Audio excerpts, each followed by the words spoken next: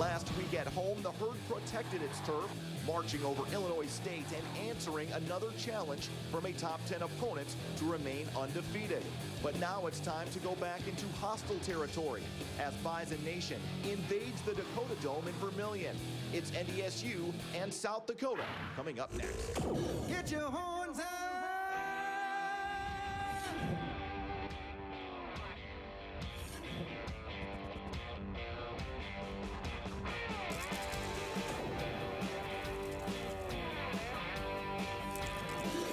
Yeah, you can hear the herd coming, baby, like it or not. We've been waiting while tailgating in the parking lot. Now that clock is ticking down, the boys are ready to go. The energy in here's electric. Let's get on with the show. Get your horns up. The green and gold are back in town. Get your horns up. Pumped up and ready to throw down. Toss that corn up in the air. Bring the boys up to the line. Hold your horns up high because it's Bison time.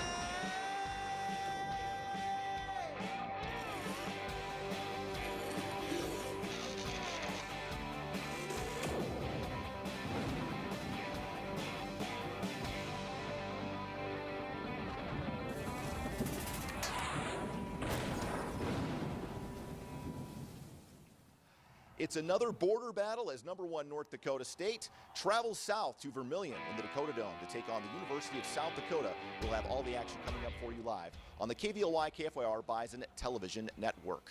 Brian Shawn, Lee Timmerman with you. Ryan Gellner will join us from the sidelines in this series that dates back to 1903. And NDSU, #1 in the land, undefeated. Coming down here has always been a challenge over the years for whatever reason, and the Coyotes desperate for a victory to keep its playoff hopes alive. Yeah, it seems like there has been some issues in this rivalry, but hey, if the other team doesn't win every once in a while, how can it be a rivalry? But the thing that North Dakota State really has going for it is its ability to run the ball. The Bison have shown that. They've established some physicality on the offensive line, and if you flip that for the Coyotes, the USD has not been able to run the ball at all, so it's really tough, I think, to beat NDSU through the air all day long. Yeah, Austin Simmons, the 7th leading passer in the FCS, he's going to have his work cut out for him. They put it in the air a lot, and tempo is a big part of their game. That's how they like to keep defenses off balance, and maybe the fastest team in terms of tempo that North Dakota State has seen this season. Certainly the Bison defensive coaches are a little worried about that fast speed. Of course, you have to have completions, but you're right about Simmons. He's averaging 42 pass attempts per game. Coach Klanderman said, I'm a little surprised it's not more. North Dakota State has done a good job of taking care of the football, #1 in the nation, +11 in turnover margin. USD, the last couple of weeks in particular, has really been hurt by turnovers, especially in this building 2 weeks ago against Northern Iowa in a 42-28 loss. It's going to be critical for the Coyotes to keep the ball and not give NDSU short fields because the Bison have taken advantage of that. The Coyotes were trying to force or get a comeback against Youngstown, and there was a pick six that kind of ended that game as well. But the Bison have 76 points off of turnovers. That is a huge margin, and they'll try to build on that today. North Dakota State has won the toss. The Bison have deferred, as they almost always do, so South Dakota will have the football first. And Cam Peterson will put a toe to it. There's a look at Chris Kleiman, who with a victory today would pass Ron Earhart for 3rd all-time in coaching wins at North Dakota State. Chris is 61-6, and I thought, boy, how impressive is that? But then I look at Ron Earhart's record, 61-7-1. He was almost as good through his first few years. Yeah, Ron was the head coach from 66 to 72, so his span was not that much longer than what Coach Kleiman is in his 5th year as the head coach here. Of course, Craig Bowl leads that list with 104 wins. Rocky Hager is 2nd on that list with 91. North Dakota State going with a different look with the uniforms. First time we have seen the white tops with the gold pants in quite some time. A couple coaches came out today. We were on the field pregame, asked me, what do you think of this? And I said, What was your answer? I said, I just need to get used to it. I still told Matt Larson, athletic director, I'd like to see all green. Green helmets, green jerseys, green pants. Really? I would. I think it looks sharp. Everybody makes such a big deal out of uniforms these days. Notice that? Well, if they were all green, they would. I'm still trying to wrap my head around that.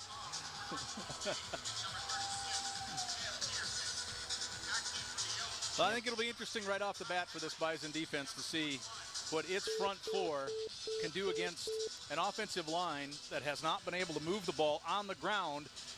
But USD will keep their running backs and tight ends to try to max protect, give Simmons as much time as he can, and then those receivers will go a lot of one-on-one. South Dakota got off to such a slow start last week at terrible. Youngstown State. Terrible conditions, 30-mile-an-hour winds, rain, it was miserable.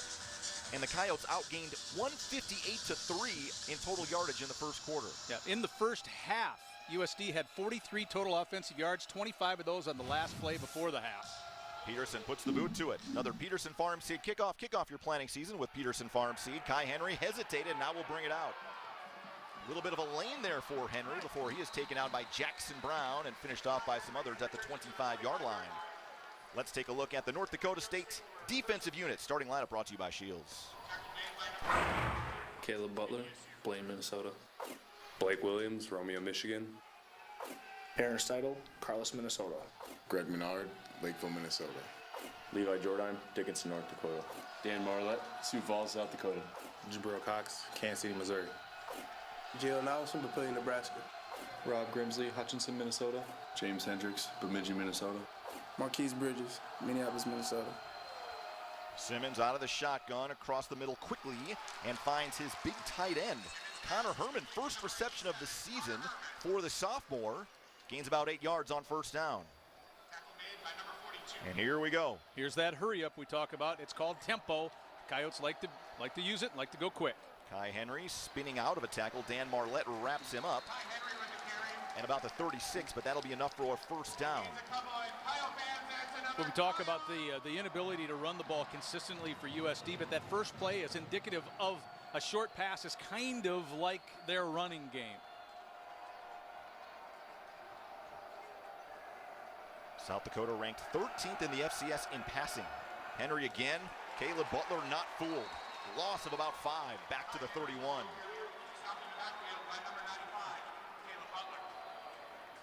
Well, that gives you a little indication of how USD has struggled just following the behind the play. Caleb Butler, the two guys pull in front of him. Nobody's hitting Butler. He just runs the play down from behind before it can develop. Simmons going to take off and run with it. Have some room up the middle, up to the 41-yard line before he is tripped up by James Hendricks. That will bring up 3rd and 5. Earlier in the year, Simmons was a little bit quicker to do what he did just like that. Against Northern Colorado, he was very successful in pulling the ball down early and getting what he could with the feet. And there, he's got his team in 3rd and manageable. Simmons going to take off and run again. Did he get enough? I think he's going to be a yard short to the 45. Stanley Jones came in to wrap him up. We'll bring up 4th down. The Bison are giving Simmons some interesting looks right now. Starting in a nickel situation, but Jabril Cox was coming on the left side. Robbie Grimsley, the deep safety, was also up close. Your Nodak Insurance Company replay. Simmons will end up a yard short.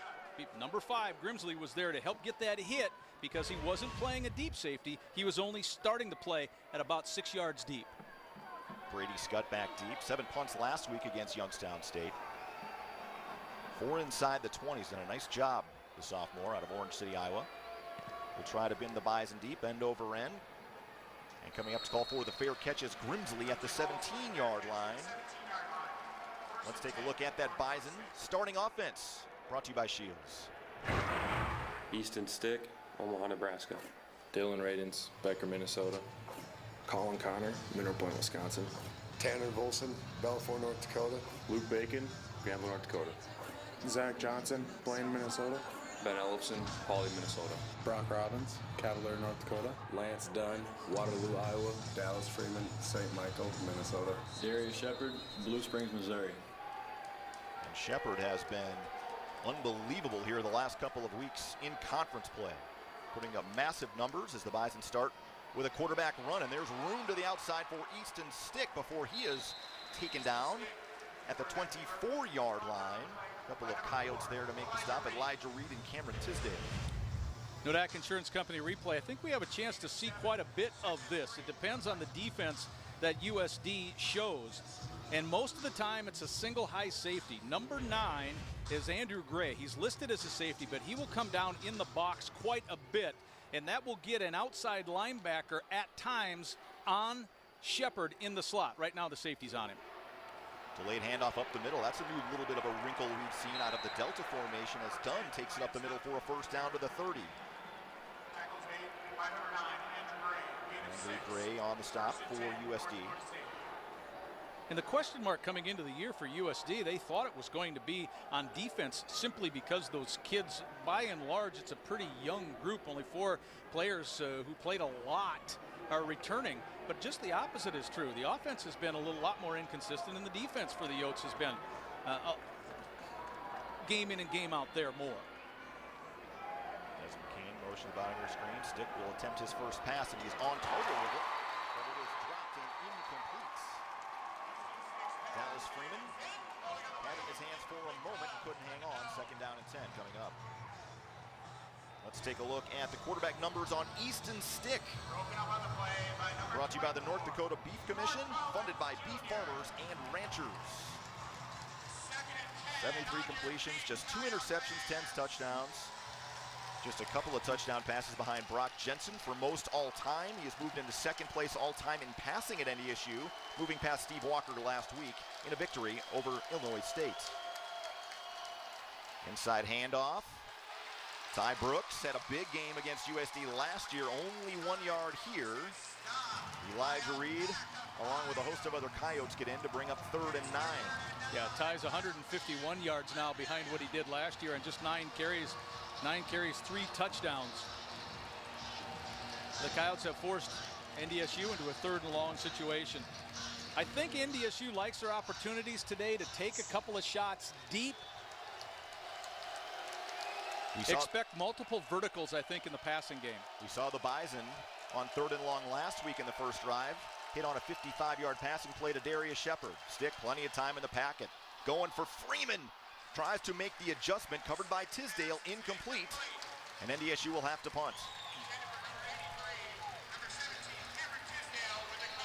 Freeman heading upfield. The pass was not a deep vertical. It looked like it was more Stick trying to hit a back shoulder. Incomplete. Garrett Wegner, averaging 43 yards per boot, has been a real important piece for NDSU in terms of field position. Does have a long of 51 this season. Tristan Ducker back deep for USD. High, deep spiral. Boy, look at this punt. Drives Ducker all the way back to his own 15-yard line. So well done by Wegner. A 54-yard boot, and we will step aside. Tied at 0. 10:35 to go in the first quarter on the Egg Country Farm Credit Services scoreboard.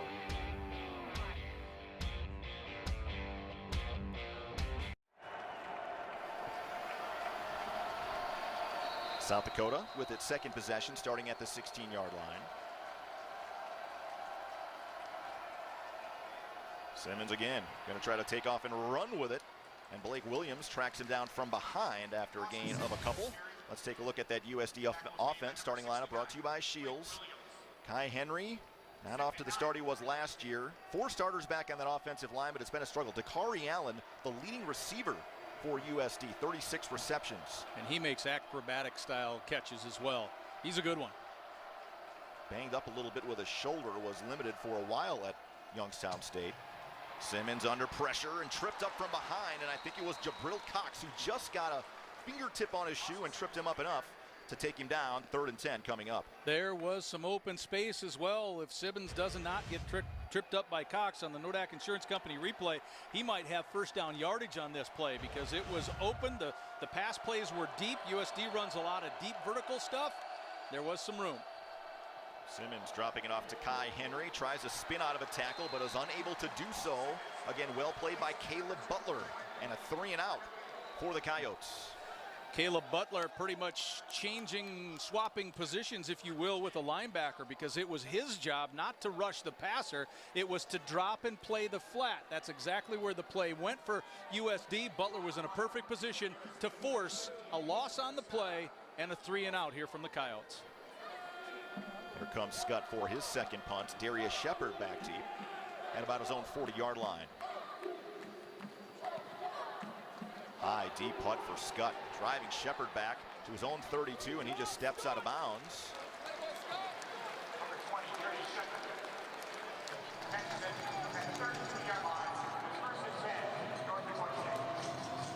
So the Bison offense will try to come back out and establish the offense.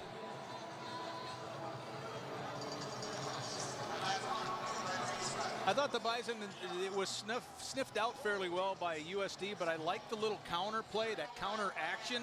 I think that's a play that NDSU on the ground might be able to hit on a little bit today. Didn't work on that last third down play, but I know it's on the call sheet for today. Bison come out in the I formation here on 1st and 10. Play action for Stick. He's going to air it out deep. Shepard's got a step, and he's got it at the 35. Darius Shepard just tripped up at the 20-yard line by Elijah Reed, but another explosive passing play. And Shepard has been a man on a mission here in conference play. Nodak Insurance Company replay. We talked a little bit about it. What do the Bison like in the passing game? They like some verticals again today. There's going to be a lot of one-on-one looks because there's a single high safety. So where was the opening to the outside? No safety help. It was a one-on-one with the free safety, Elijah Reed. He stuck all by himself against the best pass catcher. Real good job by Stick and Shepard once again. Stick to the air again. Touchdown. Ellison open in the middle of the field. Touchdown. He was wide open on the play that went to Shepard as well. So the tight ends in this drive anyway, totally unchecked. Stick sees it right up the seam. Beautiful pitch and catch and an easy score. 2 plays, 68 yards as Shepard with the big one down the field. And then Ellison from 15 yards out makes the catch. Well, the linebacker, I think that was number 20, Coker. When he doesn't get a bump on Elfson, there's nobody there. There's a single high safety. He has to choose which side. He just got burned to his left last time. His right was wide open. I like what the Bison did there. Peterson boots through the extra points, and NDSU quickly jumps on top. 7-0 as Ben Ellison has his 3rd touchdown reception of the season. Back in a moment.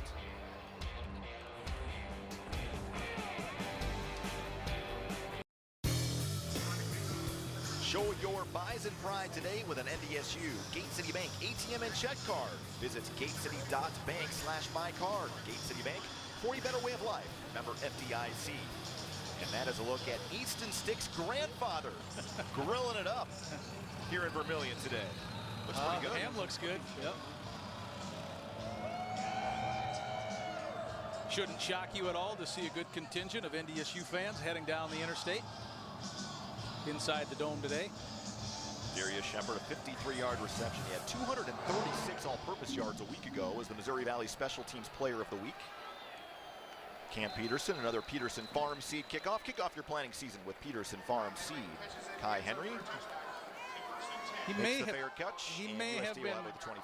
have been told to hang back there because the last time he hesitated just a little bit before he came out, and then he had to struggle to get the ball to the 25.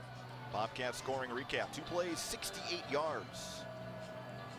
53 of those yards from the reception from Darius Shepard in just 40 seconds as the Bison have the lead. Doesn't hurt Stick's yards per completion getting into this game. He was at over 16 yards, and here he is again.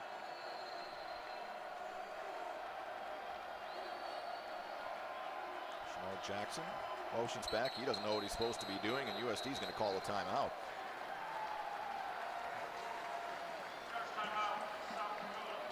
Shamar Jackson was located on the farthest outside receiver. Simmons wanted him to motion or to set up back inside, and it didn't happen for him. Ted Schlafke, offensive coordinator for USD. Of course, he was a tremendous quarterback in his own right, won some national championships, operating Bob Nielsen's system up in Duluth. Coach Gazer talking to his group. An important role for that group, I think, today, to try to put as much pressure on without having to blitz, even though Coach Ince has gone after Simmons a couple of times here today. Well, again, with as many plays as USD runs, depth at defensive line so important. North Dakota State has that, a real significant luxury. But sometimes getting it on the field might be tough, because if USD does not make a substitution, then the officials don't have to allow NDSU the time to get a new player on. Jackson motions back. Simmons hangs in there and delivers one on target. Found an open hole in the zone. Reception made. Van Der Esch, 83. Yeah, Van Der Esch, the backup wide receiver. Interesting story, Van Der Esch. His father's actually in the Hall of Fame here at USD. He's a walk-on. He just ran a very good pattern. He got Bridges' hips to get turned, thinking he was going to vertical. Cranked it back to the outside. His first carry slowed up initially by Derek Tuska, and then a couple of other Bison defenders come in there to take him down. He did not get the first down, so 3rd and 2 coming up. I mean, Klett's a big kid in terms of the two guys between him and Henry. He weighs 235, but Klett also has a little bit of speed in him as well. He was a 100-meter qualifier for the state of Illinois in high school.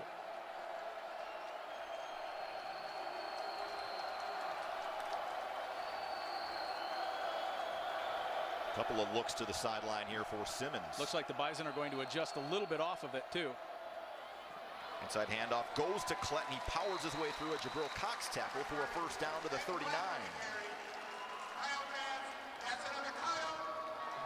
Bison showing some pre-snap movement into a single high safety with with Hendricks rolling down on the slot. Simmons again will fire. Ooh, dangerous pass, and Jabril Cox got his hand on it. Number 42, long and rangy, and we've already seen him take a couple of interceptions back for a touchdown this season. Jabril has 3 interceptions, as Brian mentioned, 2 of those back. Bison playing a zone that time. You read that quarterback's eyes, you work off to your left. Cox was able to knock it down. Now it looks like he might be coming on a blitz. Both linebackers showing some pressure here. Marlette and Cox come. Simmons gets rid of it, complete again, and it's Van Der Esch making his second reception. That will bring up 3rd and 4. Simmons will check to the sideline real quick. You'll see how USD, we told you about USD's inability to really pound the ball on the ground. Tempo, going fast, is one of the ways you try to compensate for that.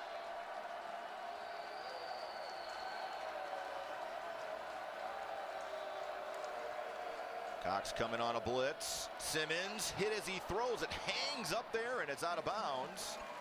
And Simmons took a shot on that play. Greg Menard, one of the Bison defenders in there, as the pocket collapsed. Simmons does not have a problem throwing the ball into tight coverage. If a window's not there, sometimes he will force it. And why will he force it? Because USD a lot of times will work a play trying to get the flag, the pass interference. The Coyotes have used the pass interference quite a bit this year. The Bison have had to change a few techniques to make sure their eyes are set and their eyes are right to not get themselves in a poor position. Scott on to punt once again. This is a wobbler towards the sideline. And we'll go out of bounds at about the 21-yard line. We'll see where the official marks it off. It'll be at about the 23.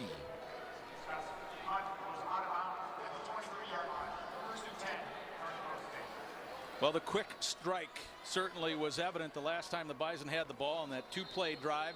And the Bison so far have been unable to find something consistently on the ground. But you certainly know that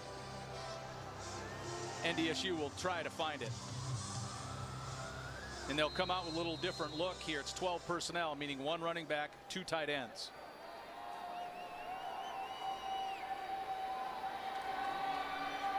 Shepard in motion. Room to the outside. There goes Dunn. Cutting it back across the grain in the middle. Dunn to the 50. It's a foot race. Lance Dunn might take it to the 5 and finally pushed out of bounds at about the 2-yard line.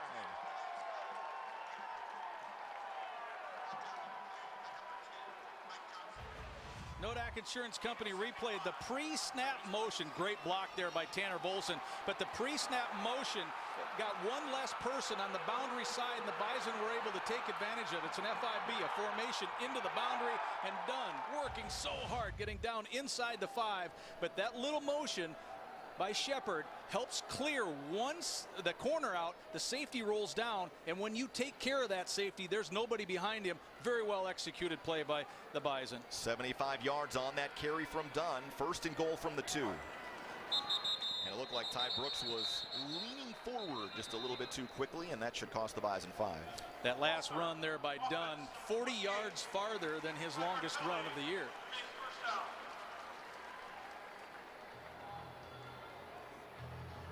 Dunn 3 touchdown runs against Illinois State, just 61 yards on the ground, but in the red zone, the Bison able to finish off those drives. That was so important as North Dakota State in this position this season. 30 red zone possessions inside the opponent's 20, 24 touchdowns. Should say, too, that's 2 yards longer than Dunn's longest carry of his career for NDSU as well. His previous long was 73. Stick going to keep it. Little run pass option. Now Stick's going to take off with it. And he is driven out of bounds. Back at about the 2 or 3 yard line. I think he was starting in to make the tackle. I think he was looking for 34, Brock Robbins. There's Brock coming into your screen. He's going to bounce back out, and he's covered up just a little bit. Stick did not want to force it. Then he just got what he could. See Brian Woodward also coming in from his linebacker position. He's a former quarterback here at USD. Well, one of the corners, Michael Frederick, was a former running back. He's a senior, made the move to the defensive side. He has over 1,600 yards rushing. 2nd and goal. Stick going to pull it again. Nobody out there, and he's going to walk in for another rushing touchdown. Bison jump on top, 13-0. Boy, I like the way that Coach Messingham and the offense are scheming some things. Nodak Insurance Company replay. You're going to see 85 on the outside right there with that huge, great block. That is Jensen. They're getting a tight end, one-on-one blocking against a corner. Who's going to win that? Well, we just saw. We've seen Nate Jensen on the edge a number of times this season, in particular against Northern Iowa. Really able to lock up defensive backs. We see it there. We step aside. North Dakota State leads at 14-0 as Easton Stick darts in from a couple of yards out, his 8th touchdown run of the season. Buying, building, or refinancing, start with a Gate City Bank. Blue Standard pre-approval and experience a better home loan. Get started today at gatecity.bank for a better way of life. Member FDIC, equal housing lender.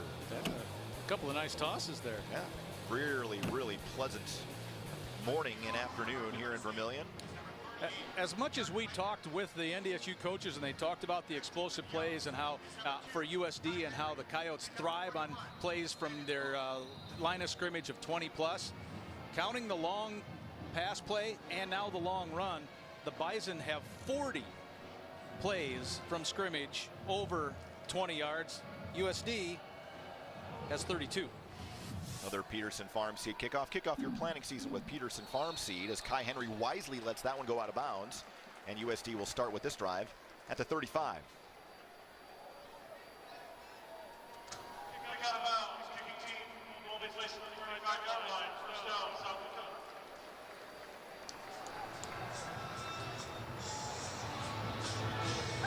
Let's take a look at the numbers for Austin Simmons, the 7th leading passer in the FCS. Numbers brought to you by the North Dakota Beef Commission, funded by beef farmers and ranchers. A lot of yardage. Some interceptions has hurt. A really critical fumble 2 weeks ago here against Northern Iowa. Ended up in a defensive touchdown, but he's capable. Really strong game at Kansas State to open the season. There's a little option. Flipped outside. And bulldozing his way ahead to the 38-yard line is Brandon Thole, a really talented sophomore running back out of Kewaskum, Wisconsin, getting more reps here as the season goes along. Well, the couple of people I talked with down in Vermillion associated with the team this week, I asked them, what's the best game the Coyotes have played? And their answer was the K-State game right off the bat, the best game of the year. Happened to be a game they lost, but it was a game that the Coyotes were leading into the 4th. Simmons skips that one short of his intended target. Looking for Levi Falk. Will bring up 3rd down again. The stable of wide receivers that USD has is a pretty solid group. Falk is one of those who was probably more of a target in the first half of the year than he has been lately. More of a possession guy, 35 catches coming in. But here's an empty, 5 wide, 3 on the top, 2 on the bottom. Now the two tight ends motion in. Okay. Bison bring an extra blocker. And Robbie Grimsley on the coverage. A flag comes in as Tristan Ducker hits the deck. And that will move the chains for USD. We talked about it last drive. That's one thing that USD has done a very good job of this year, and that is getting their opponents into a situation where pass interference becomes the call. You take the 15 yards.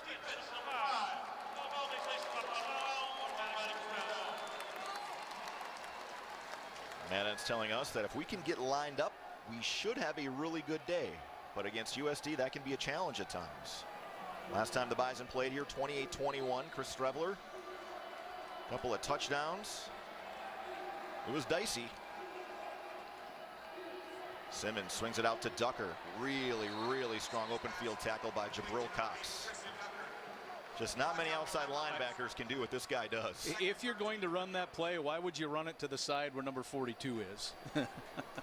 But to go back to your point about the game with Strevler and the last time the Bison were here, Coach Entz said, I am going to make sure I remind my guys of the fact we didn't play well the last time we were here. Simmons across the middle, intercepted, and it's Cox.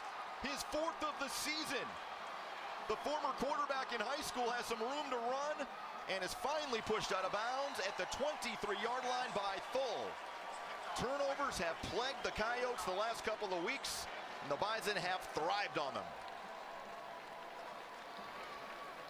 Here's where you read the quarterback, and the quarterback is going to lead Jabril Cox right to the ball. Nodak Insurance Company replay. Cox is right there. You see him sliding back. This slides right into that little spot, that window where Simmons was trying to get the ball, and that pass didn't have a chance to get completed. Boy, he can do anything you ask him on the defensive side. With the Bison really an opportunity here to jump all over the home team. Ooh, good matchup with number 20. Stick downfield looking for Lance Dunn. Andrew Gray in coverage for USD, incomplete. You see that bandage on the right hand of Gray. Gray was just added recently to the Buchanan watch list, and I said, well, what's wrong with Gray's hand? And all I was told was, it's busted up. Yeah, 61 tackles, leading tackler, 2 forced fumbles, 2 interceptions. They need number 9 on the field. Certainly one of the most dynamic players they have defensively.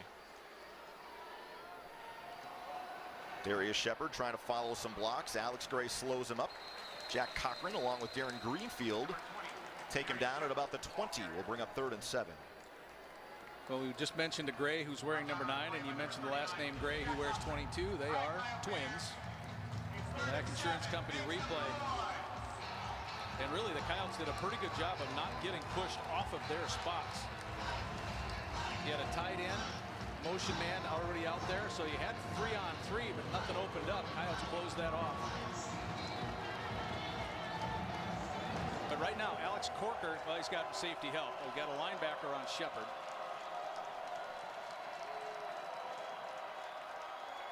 Yotes bring an extra man across the middle. Open at the 5 again is Shepard. Taken down by Coker at the 2. 1st and goal coming up for the Bison. That's the matchup I was just talking about. Even though Gray's a strong safety, he's in the run a lot. Nodak Insurance Company replay. Stick, you'll see just across his face. Boom. We know that Shepard can beat a linebacker trailing the play on the inside. And that is a fairly easy read, actually, for Stick when he sees that linebacker in that position.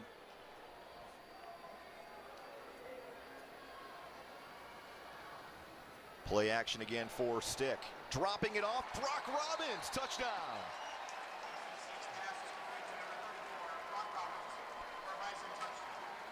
Stick could have ran this one in, I think, if he wanted to, but now he's up to 12 touchdown passes. I think that's a similar play on the goal line that didn't work to the left.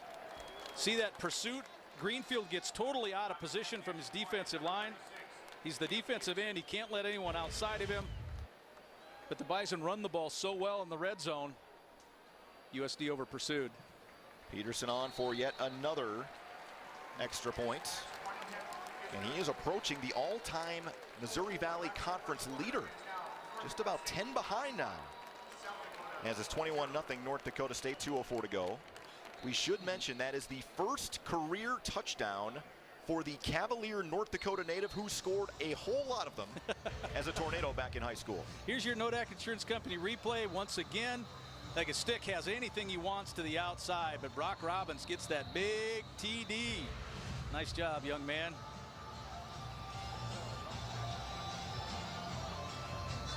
Fourth reception of the season for Robbins, who has certainly become more versatile. Let's take a look at the Bobcat scoring recap. 4 plays, 23 yards, set up from the interception by Jabril Cox. And as the Bison have done throughout most of this season, taking advantage of turnovers and turning them into points. Make it 83 now on the season off turnovers for the Bison. Yeah, plus 12 in that turnover margin, #1 in the country. Peterson on for another Peterson Farm Seed kickoff. Kick off your planting season with Peterson Farm Seed. Fair And catch. calling for the fair catch is the young sophomore Thole. And USD needs something to go right on this drive, trailing by 21. Obviously, all you got to do is look at the scoreboard in the upper left to know that the Coyotes are in huge trouble already. Or just look at the fans. Yep, that's a giveaway as well. But a team already that can't run the ball is now in a position where you almost have to throw it every down. And that just doesn't work against NDSU. We've seen the Bison put teams in it repeatedly. Western, not long ago, same situation. Delayed handoff and not much room. Slowed up initially by Marlette. Pretty good second effort that time to get up to the 28 for Kai Henry. Yeah, Henry was able to work his way through that first punch, if you will, that Marlette was in a position. And this is a similar situation USD found in itself last week. Was down 22-0 after the first quarter. Came back to make a game of it. Ended up losing 29-17 in Youngstown to the Penguins. Simmons again going to take off and run with it. We've seen more design runs for him today than we may have seen in the last 4 games combined. And he's close to a first down, about a yard short. I think one of the reasons you need to maybe do that is because your offensive line isn't very good at it. So you need the tight ends, you need the running backs to block, to try to get that one extra person at the point of attack, and then you just let your quarterback run it.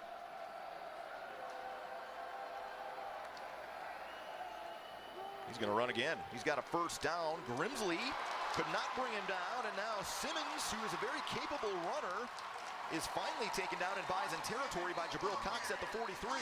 And there's an NDSU player back at about the 45. I think that's Jalen Allison. Simmons was able to pull and then get outside of number 91. That's Tuska. Did not contain the quarterback.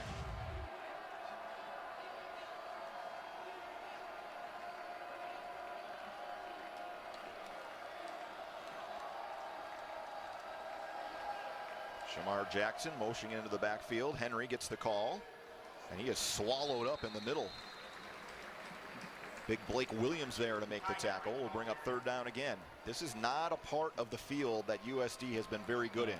Red zone conversions to touchdowns have been There was a situation last week where they had the ball on the 2 and had to kick a field goal. Simmons driven down by Marlette. Again, short of a first down.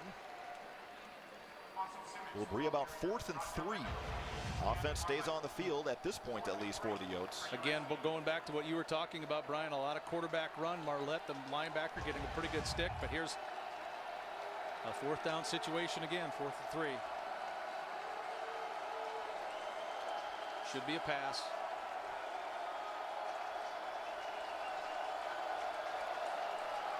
Herman coming back in for some pass protection potentially here.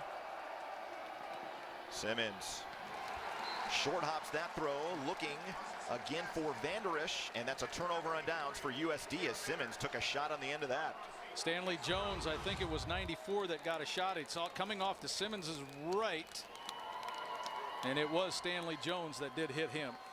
Bison take over on downs. They're now 1 of 2 today, 3 of 14 on the year. That was your Nodak Insurance Company replay. So the Bison offense comes back out as the defense comes up with a stop, and Simmons a little bit achy on the sidelines.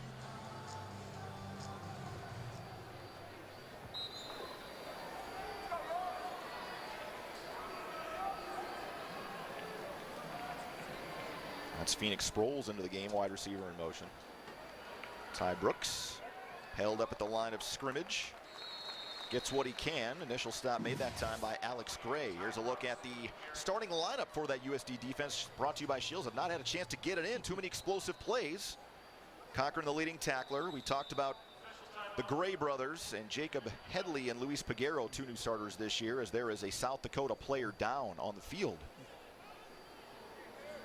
And that looks like Isaac Armstead.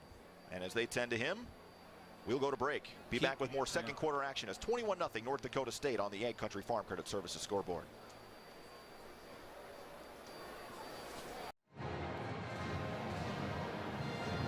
And here is the training staff taking a look at the knee of Jalen Allison. Trying to communicate to team Dr. Bruce Pyle what's going on there, and certainly an MRI will be upcoming for that young man. Stick, surveys, can't find anybody, and now he's just going to throw it away, essentially. Ty Brooks the intended target as the pressure started to come. Yeah, Brooks had a little stop route out in the flat, and then once he saw his quarterback scramble just a hair, Brooks scrambled deep, but then Stick did not have an opportunity to get the feet reset in order to get a deep pass down the sideline. Well, the Bison have run only 16 plays, but have 190 yards off those 16 plays.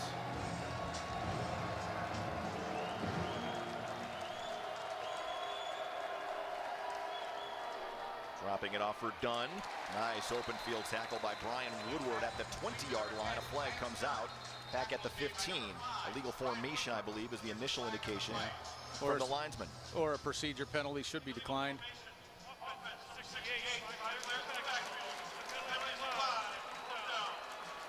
Declined, so USD will take the gain of 2. They called the Bison in a 3rd and long. Called Zach Johnson for not being lined up close enough to the line of scrimmage. Used the right side tackle. Oh, excuse me, that was 3rd down. My apologies. So here comes Garrett Wegner.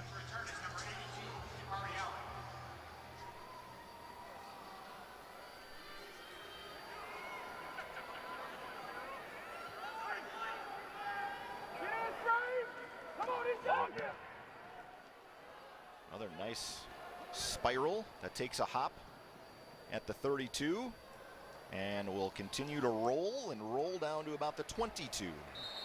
Good work by Wegner. Wegner's punt is down at the 22-yard line where USD takes over 1st and 10.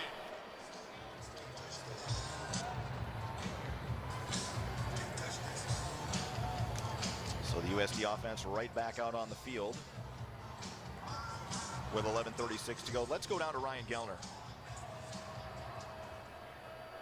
Hey guys, it's a First International Bank and Trust sideline report. And the news on Jalen Allison, well, it's not quite known yet. He will be re-evaluated at halftime. But guys, I can tell you this. Allison, while being on the sideline, did get up. He is walking around. He is talking to his teammates. Of course, last year he had that MCL injury in the playoffs. Right now, he'll be re-evaluated. But guys, what looks serious doesn't look quite as serious. And I say that with a bit of caution. His likelihood of returning to the game, unknown right now. Back upstairs. All right, thanks so much, Ryan. We'll take all the optimism we can, I guess, in this stage of the game.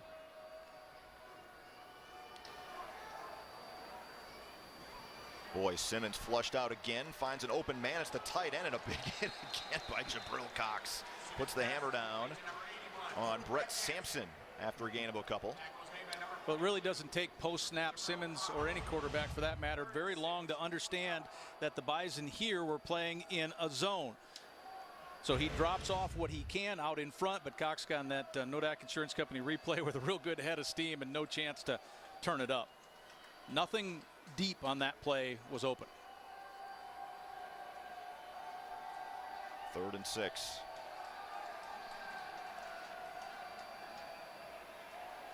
Simmons hanging in there. He's going to air it out. One-on-one coverage. Marquise Bridges went up to try to tip it away, and it looked like it still found its way on the hands of Falk, who was unable to haul it in. And a 3-and-out for the Coyotes. Well, that's a 50-50 ball, and Coach Klanderman talked about how important it was for his team, the Bison, to win these today, and that's what it does. You're throwing it up. It's a jump ball situation. You have a tall receiver, 6'2" receiver, going up against Marquise Bridges. Neither guy comes down with it, and when that happens, that means it's a win for the defense. And Marquise Bridges, a former receiver, and one of the things Joe Klanderman likes so much about Bridges, he has just tremendous ball skills. Ooh, there's a boomer. Scott back to Shepard, who's been dangerous in these situations, and he's finding the lane here. To midfield, Shepard's got a convoy of blockers. To the 20, Darius Shepard, touchdown! There's a flag, and they were whistling it down early. But Shepard showing why he's third in the nation in punt returns yardage.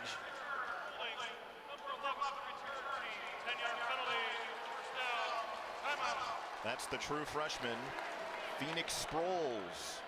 Flag at the 40, so that will bring it back to midfield. Bison still set up with pretty good field position, but that wipes out what would have been close to an 80-yard punt return. We'll go to break. North Dakota State leading 21-0. And they got the football when we come back.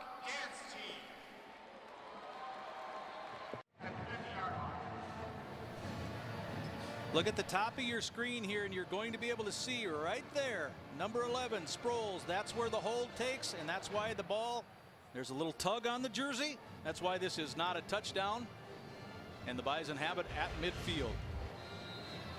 Boy, that guy's been lightning on punt returns here the last couple of weeks. A couple of big ones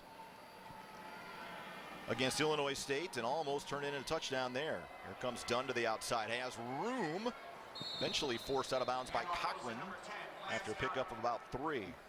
I want to point out that number 67, Cordell Volson, is in there at right guard. We just see him working, and his brother, number 74, Tanner Volson, doing a great job on the pull to get on the linebacker. I don't think it's an injury situation. Luke Bacon is standing over on the sideline, has his helmet in his hand. I think, and I'm hoping this is an opportunity just to get a few more reps with a 3-touchdown lead on a guy who's going to be an outstanding player for NDSU. 67 right now at right guard. Delta formation. Brooks kind of got stopped up by his own man, Dunn, who is still down on the turf. And he's punching the turf too. Lance Dunn's not getting up.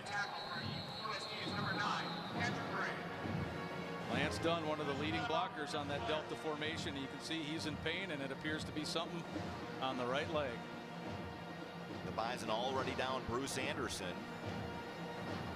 Have been relying so much on the senior Dunn the last couple of weeks. And earlier in this game, he just had his longest run ever from scrimmage for the Bison, a 75-yarder. Coach Kleiman's going to come out and talk and check on his senior. Let's take a look. Nonak Insurance Company replay. You're looking at number 10. He's the leading blocker, top of your screen. We'll see how he's involved in this play, and it appears to be his right leg. Right there. Looks like Alex Gray was the one that kind of, Andrew Gray was the one that came into him late, trying to make the tackle on Brooks. And we know Dunn had that real serious hip injury last year, and that, I believe, was his left hip, if I recall right. So at least it's not on that side of the body, and I love the fact that he is walking off now without any assistance. So anytime a guy is slow getting up when he's grabbing at a footer in here, hold your breath, especially for these seniors. And with the running back situation, the Bison come out empty. No running backs out there on a 3rd down play. Stick always a threat to run in this situation. 3rd and 5.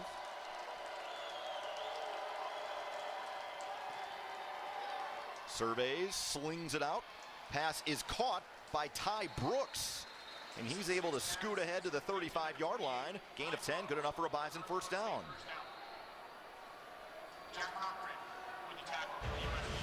Bison have tried, and they're sprinkling a little bit more into it to use these running backs' versatility. Brooks just trying to get one-on-one. Again, that's on a linebacker, so he moves out there. The linebacker goes with him. Whenever you have a running back in space, one-on-one with an outside linebacker, you'll take it. You think your guy's going to be able to beat him because he has the speed. Brooks, room, down the sideline. Ty Brooks, 35 yards, touchdown.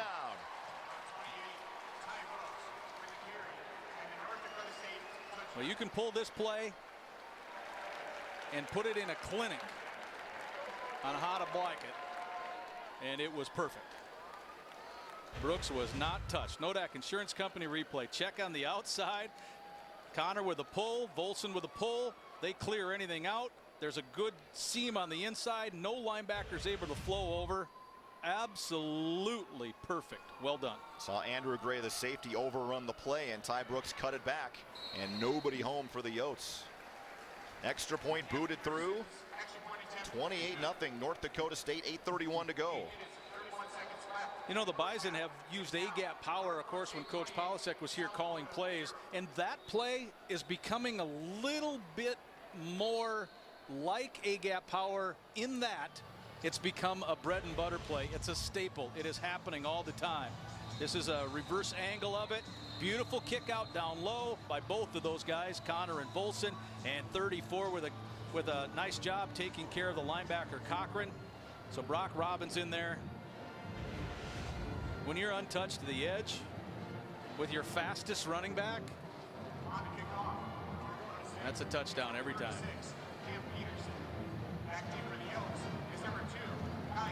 Again, the Bison physically dominating, but in just a little bit different way than they did a handful of years ago.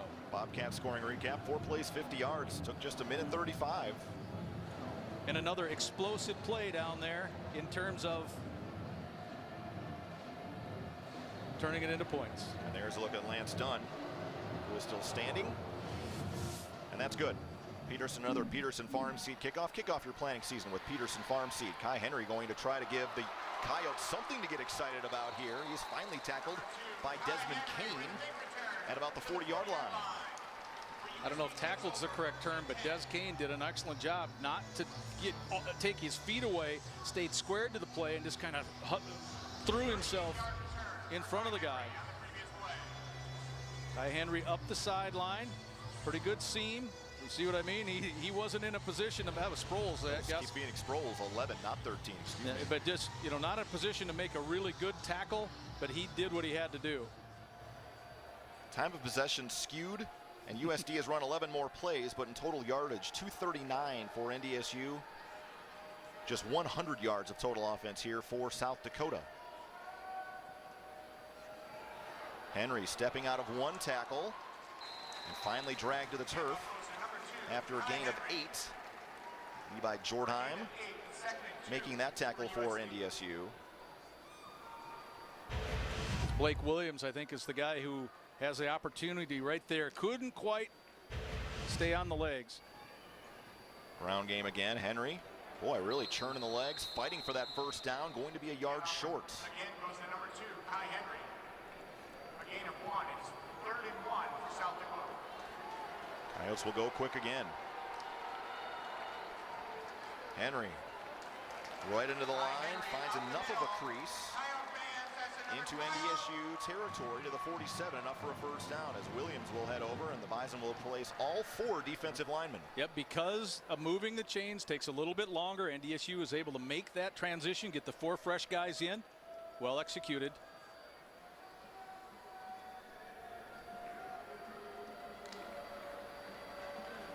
Simmons dropping it off, open man underneath. Bison finally game tackling. Shamar Jackson making that catch, gain of 15 to the 32. Jackson looked like he was going to square it out, but then curls it right back underneath. That was a good route. 16th reception on the season for Shamar Jackson, the senior. Simmons running out of time, and he's taken down by Greg Menard, who continues to climb the all-time charts in sacks at North Dakota State. 5th sack on the season, 34th of his career. Simmons right back to work. Jackson makes the catch. Held up initially by Jordheim. Hendricks finishes him off, and there's another Bison a little bit slow to get off. Jalen Wimbush. The field. It was Wimbush one-on-one with the tight end, Connor Herman. So those two were battling and battling and battling on that play, and then Herman finally won that battle.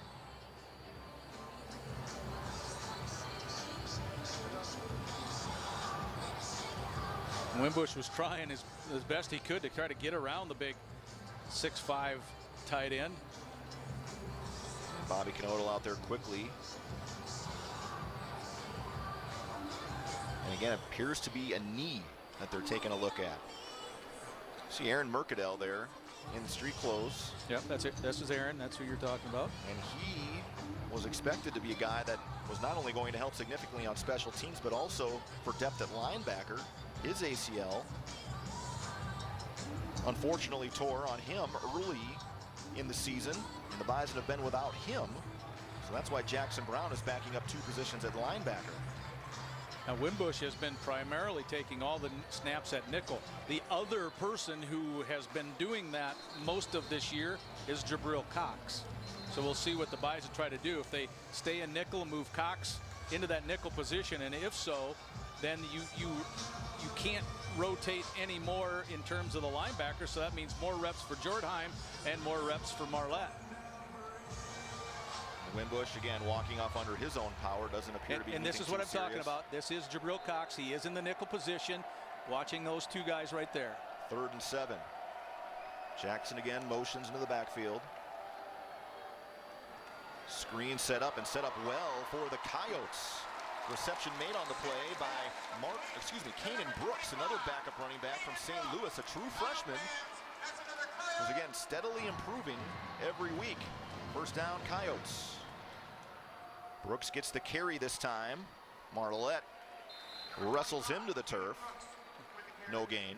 On the play that gained the first down, it was Cox that gambled a little bit, and he overran the play just to the hair.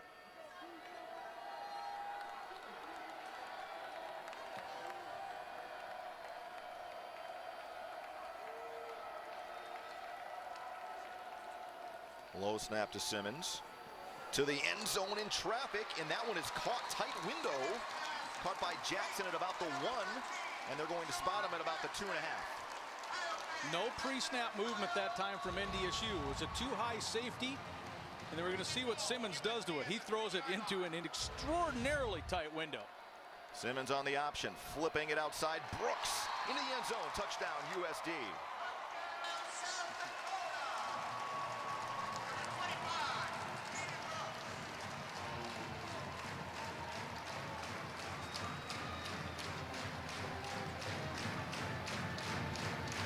Coyotes getting a little bit done on the outside. That's where the touchdown came from on the outside. That first down play too, up into the slot. We've determined that not much is open up the middle, so that's where USD has to go to try to get yards.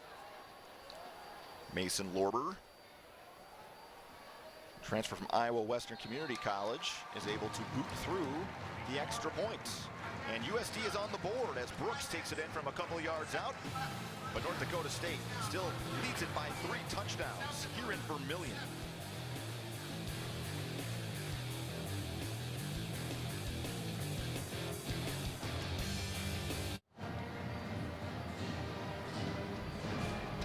Whether you're buying, building, or refinancing, Gate City Bank home loans are locally approved, financed, and serviced. Gate City Bank, for a better way of life. Member FDIC, equal housing lender. Charlie Coyote trying to fire up this Coyote crowd. Well, USD finally on the board. If you're in Arizona, it's a Coyote. In South Dakota, it's a Coyote. Well, whatever. Or if you're talking Wiley E. There you go. Well, then it's a Coyote. 28-7 NDSU. USD has run twice as many plays so far here this afternoon than NDSU. Yeah. Coyotes 42 plays, the Bison just 21. An opportunity here for Ty Brooks. Some room up the middle, and he is hit and dropped almost right at the 25-yard line. Nice special teams play that time by Jake Matthew. Be interesting to see here up upper left. There's 5:21 when the Bison get the ball here. And I think NDSU would love to be able to take most of that off just to give their defense a rest heading into halftime. But it's been big plays for the Bison today. And USD in general only averaging 3.8 yards per play, which isn't bad, but have made enough plays in the running game, I think, to at least move the chains and stay on the field. In the quarterback run game, too, I think has been where the success is. Yeah, Simmons leads the Coyotes in rushing with 48 yards.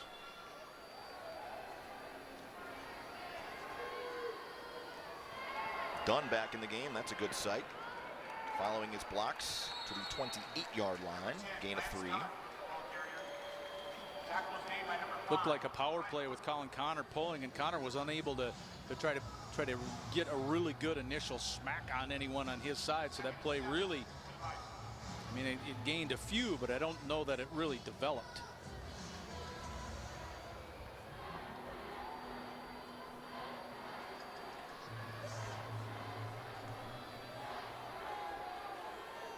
The Bison have, what, 145 on the ground, half of those on one play, so still not too bad. Quick drop for Stick. He's going to throw it deep again. Man, in one-on-one coverage, Christian Watson, what a catch!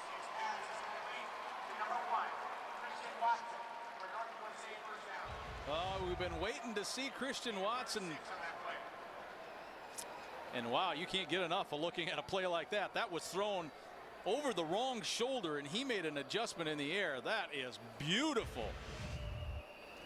36 yards on that completion. And just the 3rd reception of the season for the redshirt freshman out of Tampa. Comes from a very strong program at Plant High School. But it goes back to what the Bison, we were saying, maybe want to try to grind this. But USD is not really allowing, because the vertical game against them is so readily available.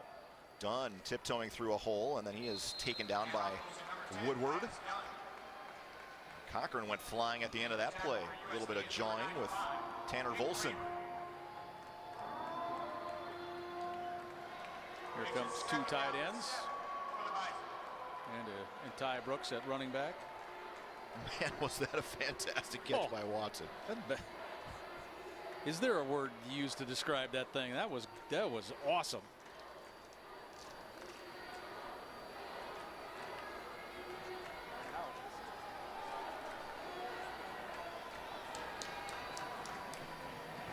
Desmond Kane in motion.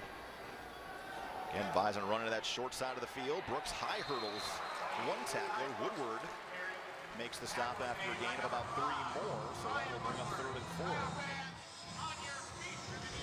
That's an easy first down if Woodward does not get this tackle. He's able to play off of Tanner Volson, get his arms and hands free enough. Well done by the senior linebacker, because usually when Volson is able to get into your body that strong, you don't get off of it to make a play.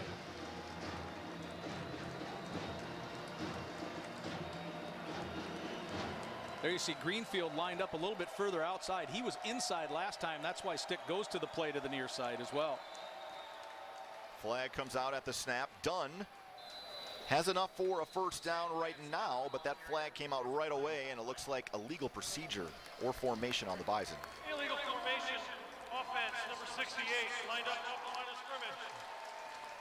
5-yard penalty, remains 3rd down. Second time that Zach Johnson has been called for that. So now 3rd and 9 coming up from the 34. Johnson will come off the field. He's coming off, and Cordell Volson is going to play his 2nd position of the day, sliding out to right tackle. Luke Bacon back in there at guard.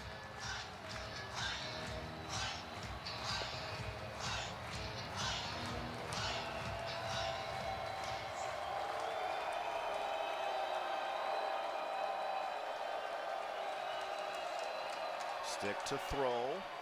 Across the middle, and again finding a tight end open in the middle of the field. This time it's Nate Jensen, the senior out of Wapaka, has a first down to the 13. Seams are open against the single high safety. Right behind the linebacker. Playing a deep zone. The deep zone is played by Elijah Reed.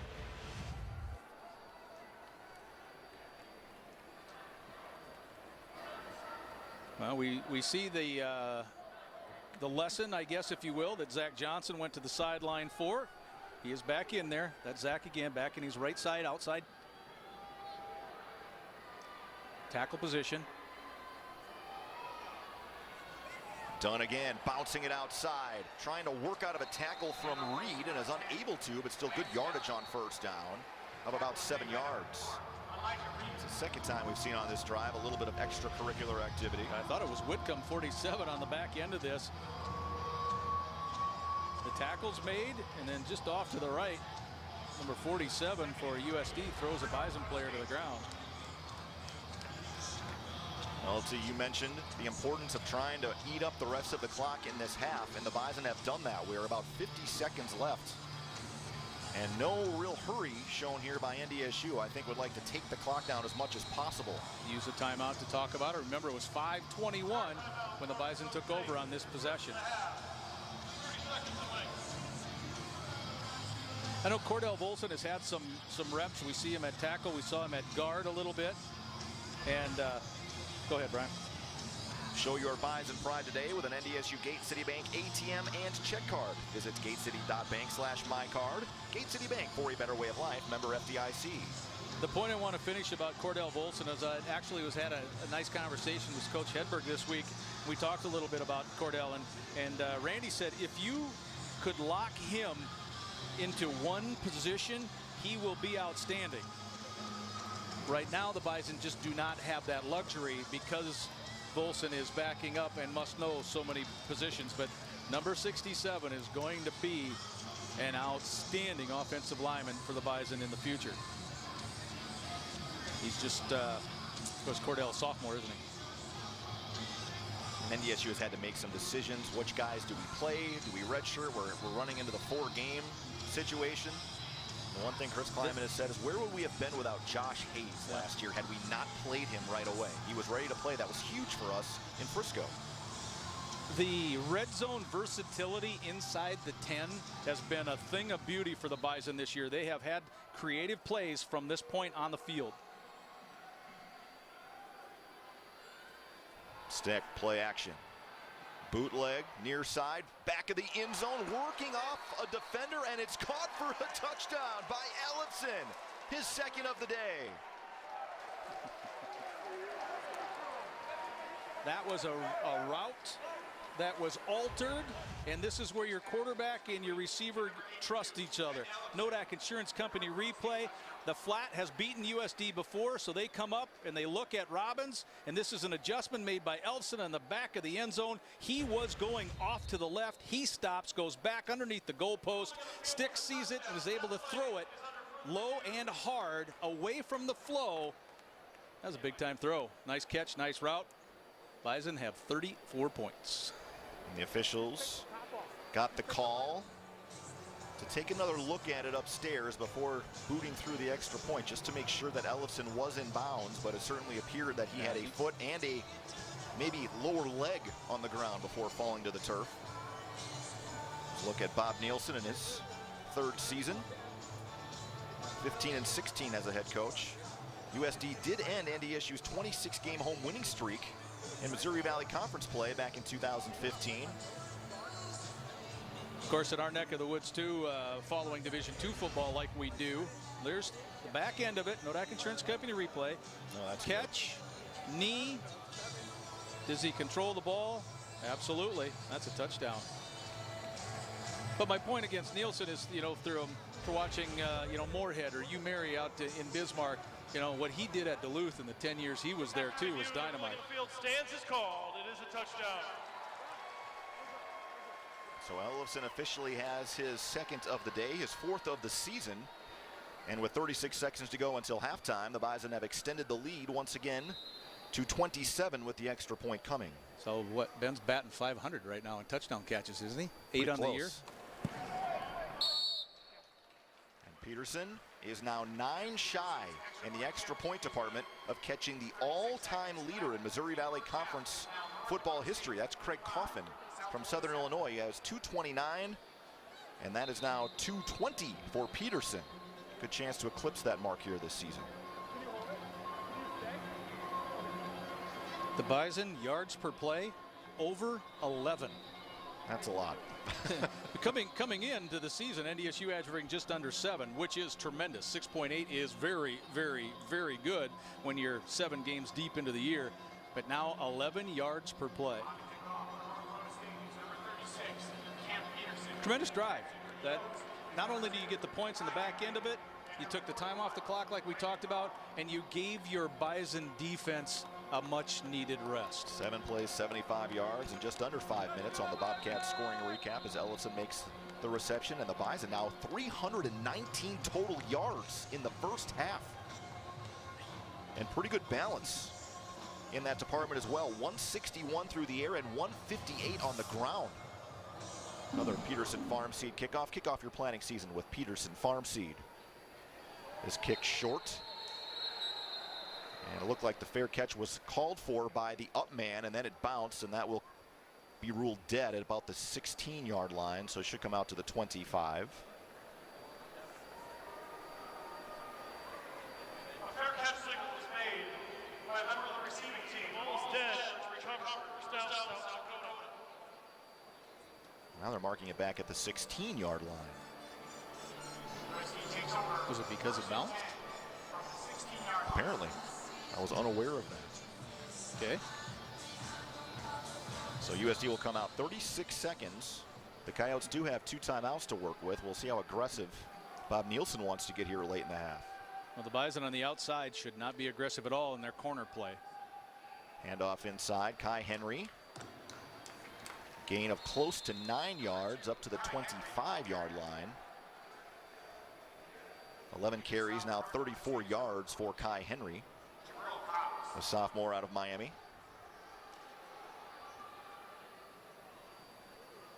Henry looked like he was going to be tackled by Jalen Wimbush, and then finally taken down by a host of Bison defenders led by Jabril Cox at the 33. I like the fact you said Wimbush's name. Remember, he was looked at earlier on the turf, back in, playing his nickel position. Under 10 seconds to go. Coyotes will try to get another play, and this is going to be a little swing pass and a screen to Henry. Nice pursuit by Caleb Butler coming back from his defensive end spot to make the tackle at the 40, and that will do it to end the first half of play. Ryan Gellner will try to catch a word here with Chris Kleiman coming off the field. Certainly has to be happy with the performance on both sides of the ball. And now Kleiman is standing by with Ryan Gellner. Dominant of the first passes you had, Easton Stick absolutely on fire. Yeah, we're playing really well against a good football team, and I thought our fast start was really important. Hitting it on all phases, big turnover on defense, big punt return, and Easton's really sharp. Don't know if it's the turf or what, but the injury bug has all of a sudden reared its ugly head. How do you deal with that second half with back? Everybody's got to be ready to play, and it doesn't matter. Nobody's going to feel sorry for the Bison. We got to get the next 11 out there and ready to go. Good luck. Guys, back. All right, thanks so much, Ryan. North Dakota State. A big turnover from Jabril Cox. Success through the air on the explosive play and enough yardage on the ground. And North Dakota State 30 minutes away from moving to 8-0 on the season. 35-7 is your halftime lead for NDSU. Beth Hool and Alex Egan are standing by with the Proceed halftime report. We'll see you back here at the Dakota Dome in Vermillion in about 20 minutes.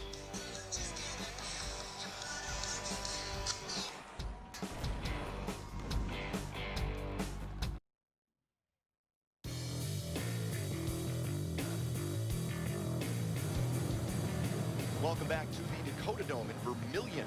Ryan Sean, Lee Timmerman with you, and it is hot in here, so we're keeping the coats off. It is steamy up in this little booth we're in, LT, and North Dakota State offensively really mixing it up, a lot of different looks, and the Bison have been able to attack down the field in verticals, and you had mentioned earlier in the broadcast how that was going to be there. It certainly has. It certainly is, to the tune of over 300 offensive yards so far. The Bison defense has been able to get an interception. So other than what what Ryan talked with Coach Kleiman a little bit about, some of those guys down on that turf in being looked at by team doctors, other than that, it was about as perfect the first half as the Bison could come down here and expect to play. I think you're 4 scores ahead heading into the second half. You're loving it.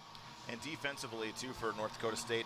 Bent a few times. USD able to get in the red zone, but only giving up the 1 touchdown. That's the big key there. Absolutely. And I just, I just think the way the tempo is played, and you know, USD runs so many plays that it's the Bison have done a pretty good job, I think, of getting the substitution pattern in where their depth is, and that's on that defensive line. And usually that might show up a little bit here more in the second half. But otherwise, you know, Wimbush missed some plays, but he's had a lot of reps. The linebackers have had a lot of reps, so they're put to the test a little bit, but so far passing that test. And you talked about it a little bit, but over 40 plays for USD in that first half, 45 in that first half compared to just a handful, 20, I guess you could look at it.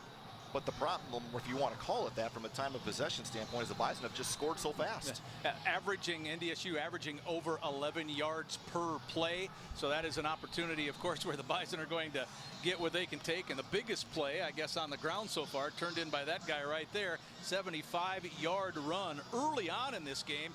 2 yards longer than his career best. So we have a new career best. And the Bison, of course, won the toss. They deferred, and NDSU will get the ball.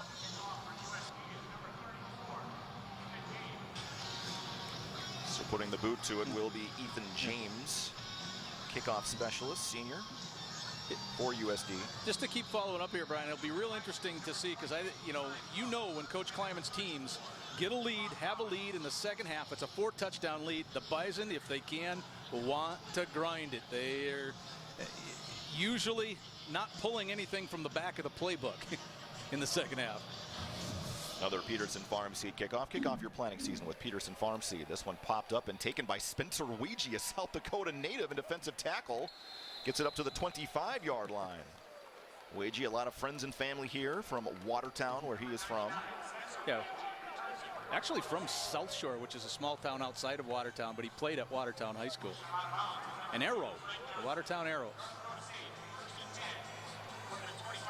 Let's go to Ryan Geller on the sidelines.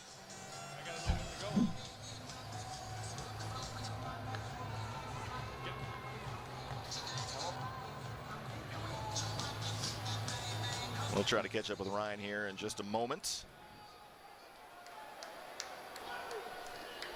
Two backs in the backfield, kind of leading the way here on 1st and 10. Bison trying to get a power game, as Dunn was able to tip throw a toe and pick up a few to the 28. Just what we talked about. This is a play that is certainly not from the back of the playbook. This is to line it up and run it right at you. And an opportunity, too, with those. Peguero's 270, Headley is 285. The defensive tackles, they're not real big. They've been out there. Actually, I see Whitcomb out there right now at 280. I mean, inside guys are not extraordinarily big, so if the Bison can try to get something up the middle, they will.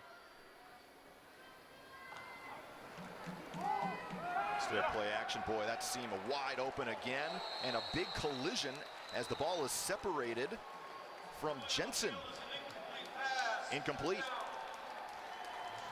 Well, we have a new leader for hit of the game. Boy, Elijah Reed came flying into your frame there to separate the ball from the senior tight end. Reed and Mike Johnson had kind of been alternating a little bit on the Nodak Insurance Company replay. It looked like Jensen has it tucked away. Beautiful hit, separates the ball from the receiver. Looked like NDSU had a first down, and now it's a 3rd and long. And Reed's been playing more and more because of the injury to Philip Powell, starting safety for USD. Has played the last 3 games. Stick on 3rd down. Short, looking for Desmond Kane. And that will bring up a punting situation. The Bison go 3 and out here to start the second half. That was one of the keys to the game last week for the Bison offensively, with 10 of 16 from the 3rd down, picking up quite a few 3rd and longs in that win against the Redbirds last week. But here it's 3 plays and a punt.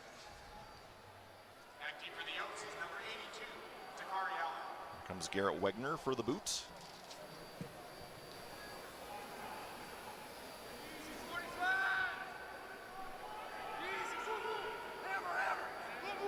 Hasn't taken some time here to get things situated. Wegner angling this one towards the far sideline, and again it'll take an NDSU hop out of bounds at the 30-yard line. 42-yard punt, no return. Now let's go to Ryan Geller on the sideline. Hi guys, it's a First International Bank and Trust sideline report. Bob Nielsen, the head coach at South Dakota, obviously not happy with his defense. The head coach says they have to play better defense and they just can't give up big plays to the Bison. Guys, I'll throw it back upstairs now, but have a pretty long list of injury report we'll get to on the next break. All right, thanks so much, Ryan. So here comes Austin Simmons back out onto the field. Simmons, the leading rusher for USD in that first half with 48 yards, and he's going to throw here. Going down field, and a flag comes out. Jabril Cox on the coverage on Connor Herman, the tight end. In the first half, we talked about a little bit about the eye discipline that NDSU needs to have. They did not have it on that play. First half stats brought to you by the North Dakota Beef Commission, funded by beef farmers and ranchers. 12 of 18 with the 1 interception, just 86 passing yards for Simmons. And Coach Klanderman talked a lot this week about having to have a vision on the ball. Jabril Cox did not have that vision. The ball zipped right behind him, and he hadn't made contact. Quickly out to Shamar Jackson in the slot, and Jackson has a first down to the 44-yard line before he's wrapped up by Grimsley and Jalen Wimbush. First down, USD.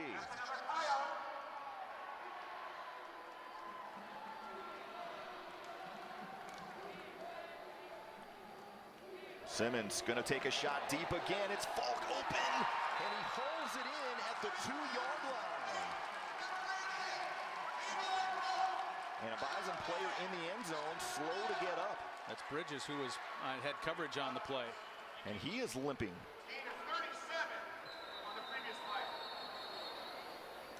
And the play will be halted. The USD wanted to go quick, but Bridges still not be able to get up. We saw Christian Watson make a super catch in the first half for the Bison. Here the Coyotes come up with a big one out of Falk. And just that fast. That's how USD can strike. For as many times as they throw the ball down the field, a much better start to this half certainly than the first half for the Coyotes. Falk had an inside release, and he was able to create some space against Bridges, and then Marquise was doing nothing but playing catch up. 35-7 North Dakota State. We'll take a timeout and be back.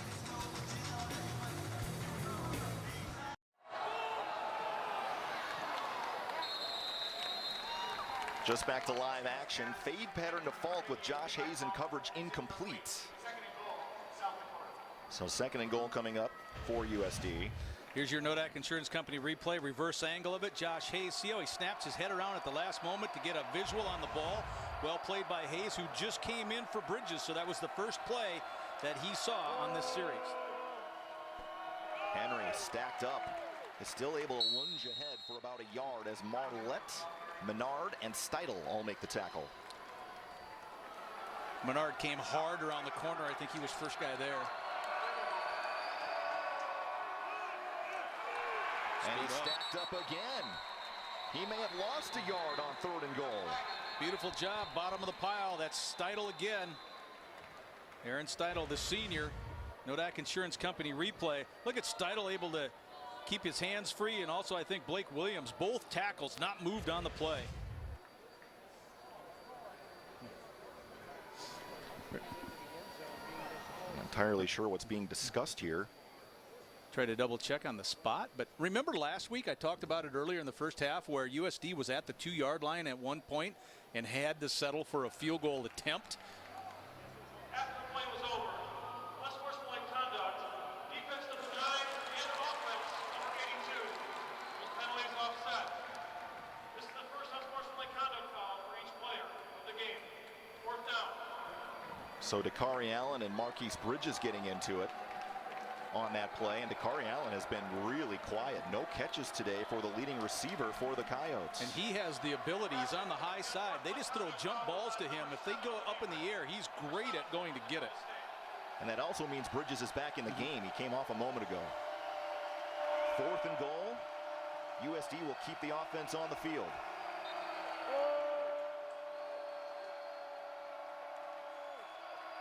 Simmons floats it across the middle, and it's batted away by Grimsley. Shamar Jackson, the intended target, and the NDSU defense comes up with another red zone stop.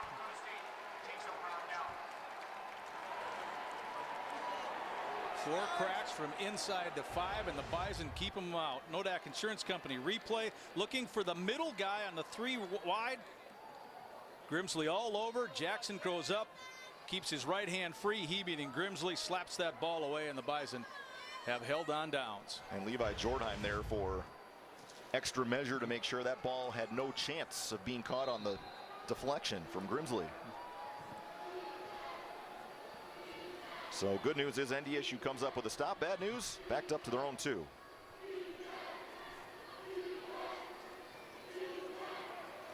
Not much room for Dunn. Maybe to the 3-yard line before he is wrapped up on the play by Darren Greenfield. Greenfield, a big game last week against Youngstown State. Career high 10 tackles to go along with 2 sacks. 18th career all-time, 18th all-time in career sacks at South Dakota.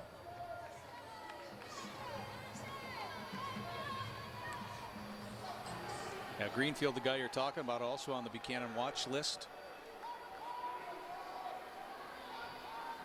Stick to operate out of the shotgun this time, and again they'll hand it off inside. A little more room this time for Dunn. Eventually wrapped up and taken down on the play by Jackson Coker.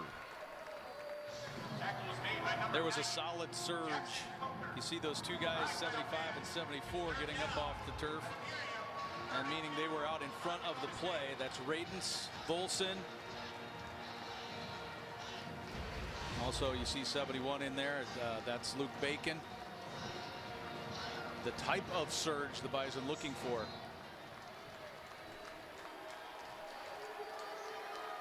Third and a long 2 here for NDSU.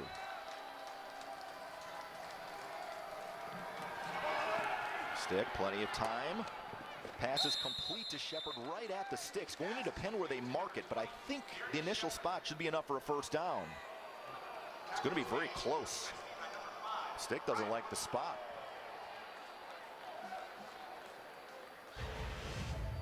See if we can tell. Little out to Shepard, caught. And he's at the 11. When he comes down on it. I think that looked like a good spot, didn't it? Well, I mean, it is. If it's short, it's literally by. I mean, look how close on a far sideline. Oh, they gave it to him. They gave him the first. They did give him a first down. They were late to move the chains. It was a late decision by the officials, and the play clock was down to 5. They're going to review the spot, and I don't think the review is going to be on NDSU's side. Is it here? I don't know. Well, again, is there indisputable visual evidence? Those are the 3 words that you and I have come to live by when it comes to this whole process on reviewing spots. Whether you're buying, building, or refinancing, start with a Gate City Bank Blue Standard pre-approval and experience a better home loan. Get started today at gatecity.bank for a better way of life. Member FDIC, equal housing lender.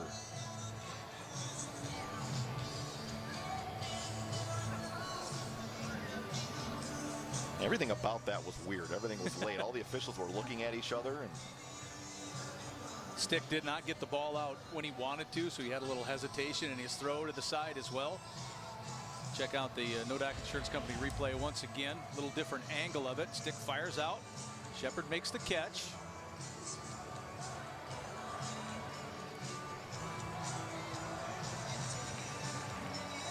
Back there by Brian Woodward.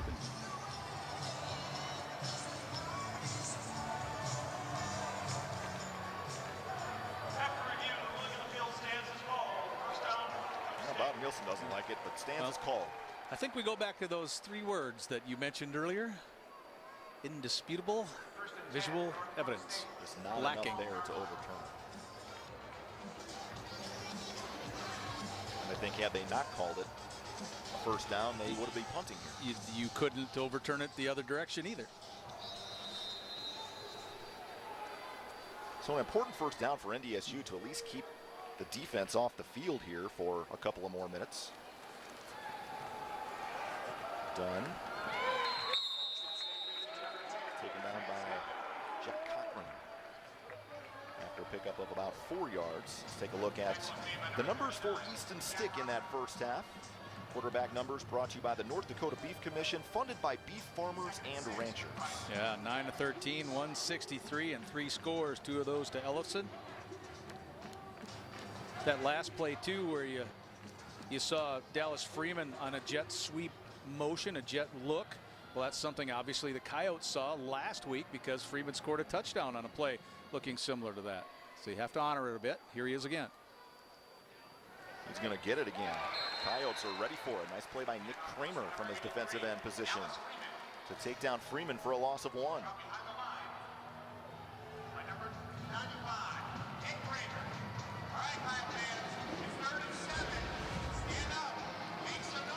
Similar look. Dunn got the handoff last time, and here he goes to lead block. The Bison make an assumption that they're going to try to get the first guy to miss, so you take the second guy. The first guy didn't miss, brought him down, so there was no more room to the outside. 3rd and 7.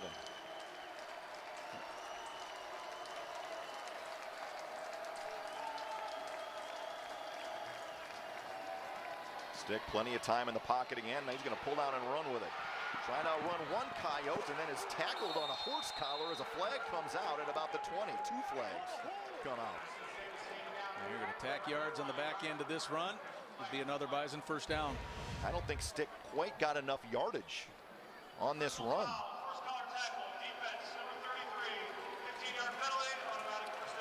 That's about as easy a call there is. Horse collar. Jake Matthew is the one called for it, and that will move the ball all the way up to the 36-yard line. Personal foul, 15-yarder. It's 1st and 10, North Dakota State, the 36-yard line. Bison doing, and here with a little help, what they need to stay out on the field, and the clock continues to roll, and you won't see Stick, I don't think, snap this thing inside of 5 seconds left on the play clock.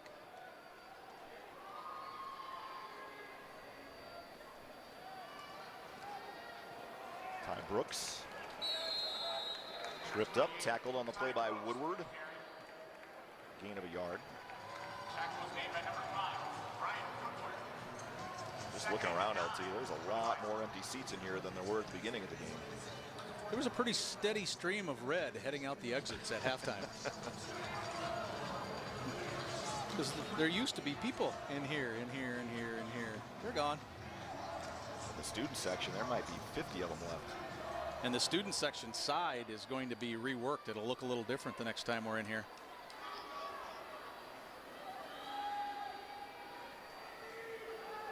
Brooks again, following a lead block from Brock Robbins, and he is finally wrestled to the ground at about the 44-yard line by Elijah Reed, who has been busy today. 2 yards short of a first down.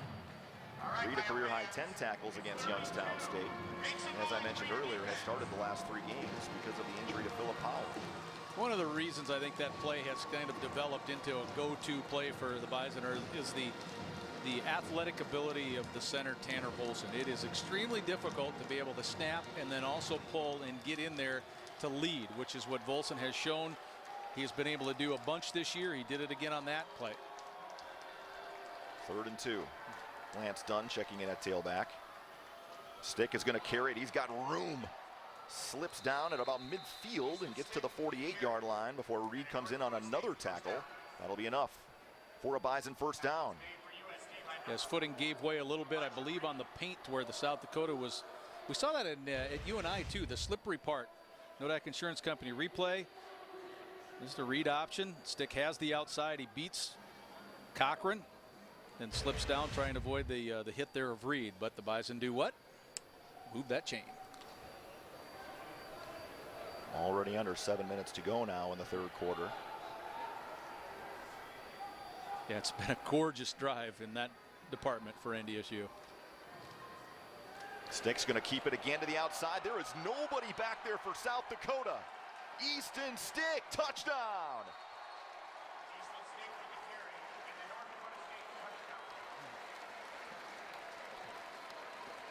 Last play, the play before, Woodward was able to be in position and make the tackle. This time he was the guy that Stick was needing to beat, and he was 2 steps away from making the tackle. Stick pulls it, and Woodward, his first initial movement was too far to the left. He couldn't catch back up, and somebody, I didn't know who, but somebody really took care of the outside as well.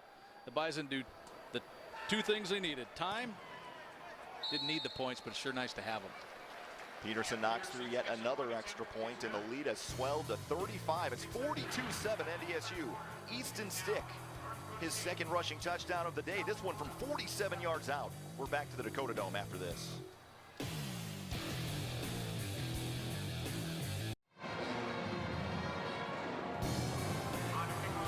There's a look at Jalen Allison. Shoulder pads off. Whether you're buying, building, or refinancing, Gate City Bank home loans are locally approved, financed, and serviced. Gate City Bank, for a better way of life. Member FDIC, equal housing lender. Jalen also has a heavy knee brace on that knee that he injured earlier in this game. The touchdown run from Stick, by the way, is his new season-long 47-yarder.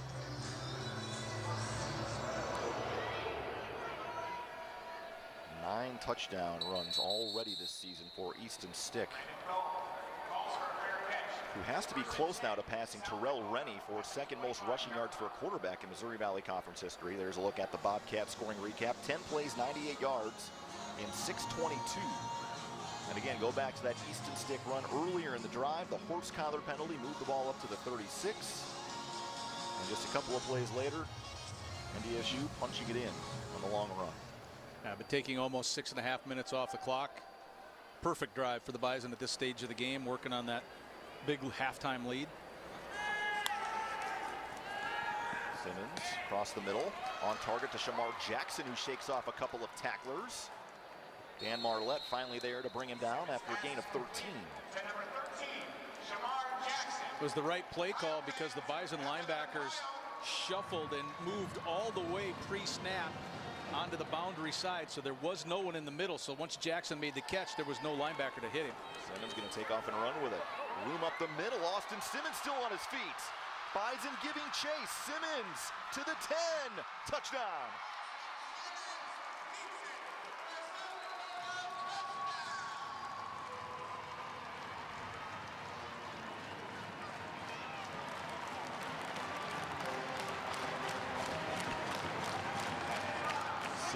Yards on that scamper for Austin Simmons. And a quick answer, obviously, from the Coyotes. Nodak Insurance Company replay. Let's check and see where Grimsley, well, he was blocked on the play. Usually when your quarterback has a long run, it's a safety somewhere that didn't quite get to where they wanted to go. Mason Lorber knocks through the extra point. And quickly, South Dakota back on the board. It's 42-14 with 6:03 to go here in the third quarter from the Dakota Dome. Remember at halftime it was 42 to 21 in plays run. Right now, after that third quarter, USD only has a 3-play advantage, so the Bison are up to 50 plays run to the 53. So to 53. So that's exactly what the Bison wanted to do. Do a little grinding. Dunn going to keep it. Stood up, driven back by Alex Gray. Gain of about 3 more will bring up 3rd and 3. Tackle was made by number 90, Jackson Coker. Right mile man is 34. Bison looking to someone from the sideline. They're a player short in some situations. It looked like the offensive line was looking for who was supposed to be in there, but maybe it was just the play. Get the play in. I don't know. I saw Babbage came in, play tight end. Stick to throw it. Down the field, one-on-one coverage. It's juggled and then almost caught by Brock Robbins off the deflection. Babbage was the intended target. Kind of a back shoulder throw. Yeah, at first Babbage. I was thinking Stick might take the opportunity to float it maybe up and over, try to drop it in the bucket from the high side, but he did. He planted that foot and zipped it as hard as he could, tried to fire it in there low and away, kind of like he did to Elson for the touchdown. That will bring up a 46-yard field goal attempt. Bison run a player on here late. Cam Peterson, 4 of 6 this season. It is up, it's got plenty of leg, and it is good. Cam Peterson knocked one through from 47 yards 2 weeks ago, good from 46 here, and the Bison extend the lead to 45-14.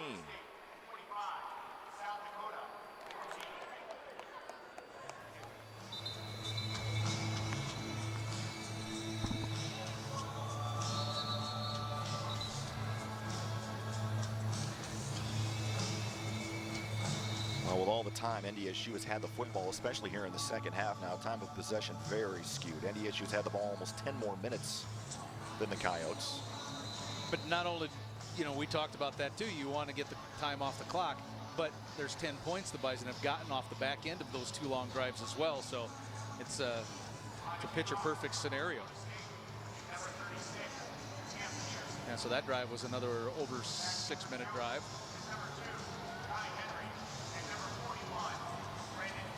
Bobcat scoring recap, 12 plays on that drive. And as you mentioned, LT, 7 minutes off the clock. That ends with the 46-yard field goal from Cam Peterson.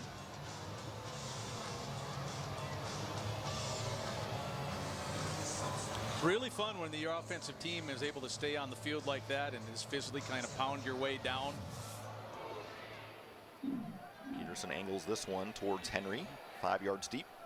Will take a knee. Peterson Farm Seed kickoff. Kick off your planning season with Peterson Farm Seed. Because it's not like the Coyotes, don't expect the run. They certainly do. They're playing for the run, and yet the Bison are still able to get those first downs. So the Coyotes quickly was able to put a drive together and score. Hard to call that a drive. It happened so fast. Yeah, two plays. What, 29 seconds? Quarterback busts up the middle and gets the huge run. Fumble. And I think someone from NDSU got in the bottom of the pile. And NDSU has its second turnover of the game. I thought I saw Blake Williams on the bottom of that thing. Spencer Wagey, the South Dakota native.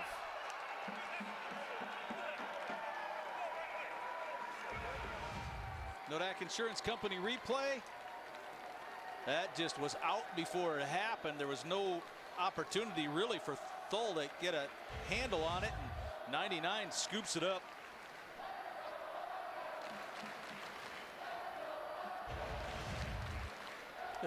There's the Wages. All made the drive down. Boy, see where Spencer gets his size. They got a lot of big kids in that family. And from South Shore, South Dakota. So the Bison offense right back. With Lance, is going to score off it. Trey Lance, touchdown. Look at Wages laughing at it too. Trey Lance mishandles his first snap, picks it up and scores on it.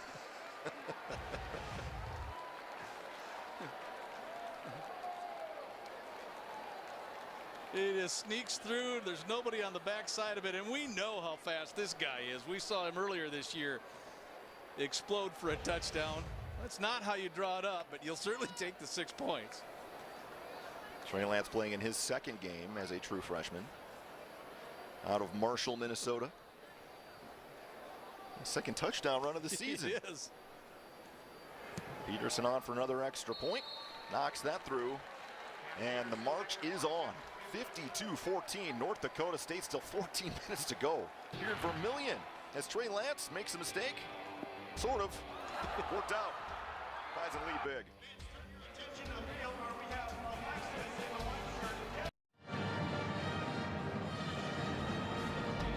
Show your Bison pride today with an NDSU Gate City Bank ATM and check card. Visit gatecity.bank/mycard. Gate City Bank, for a better way of life. Member FDIC. NDSU cruising here in Vermillion, 52-14. 13:56 to go as Cam Peterson boots it away. Another Peterson Farm Seed kickoff. Kick off your planning season with Peterson Farm Seed. Kai Henry gonna take a shot. Josh Hayes slowed him down. Destin Talbert and Jackson Hankey, along with James Kaiser, come in there to make sure he goes no further than the 21. Boy, Hayes was flying down there. He ducked his shoulder just a little bit up and under the guy trying to slow him down, and he was first man there. But I think Talbert, you mentioned Destin Talbert's name. This is the 4th game that he has played of his true freshman year. And with the new rule, that's the max unless... Easton Stick, 3 touchdown passes today, has moved into first place all time in touchdown passes at North Dakota State, passing Brock Jensen, who had 72. So congratulations to Easton. Boy, Caleb Butler's been in the backfield all day. Makes that tackle on Kanan Brooks for a loss of 2. Ran it down from the backside. Stick also with the 2 rushing touchdowns.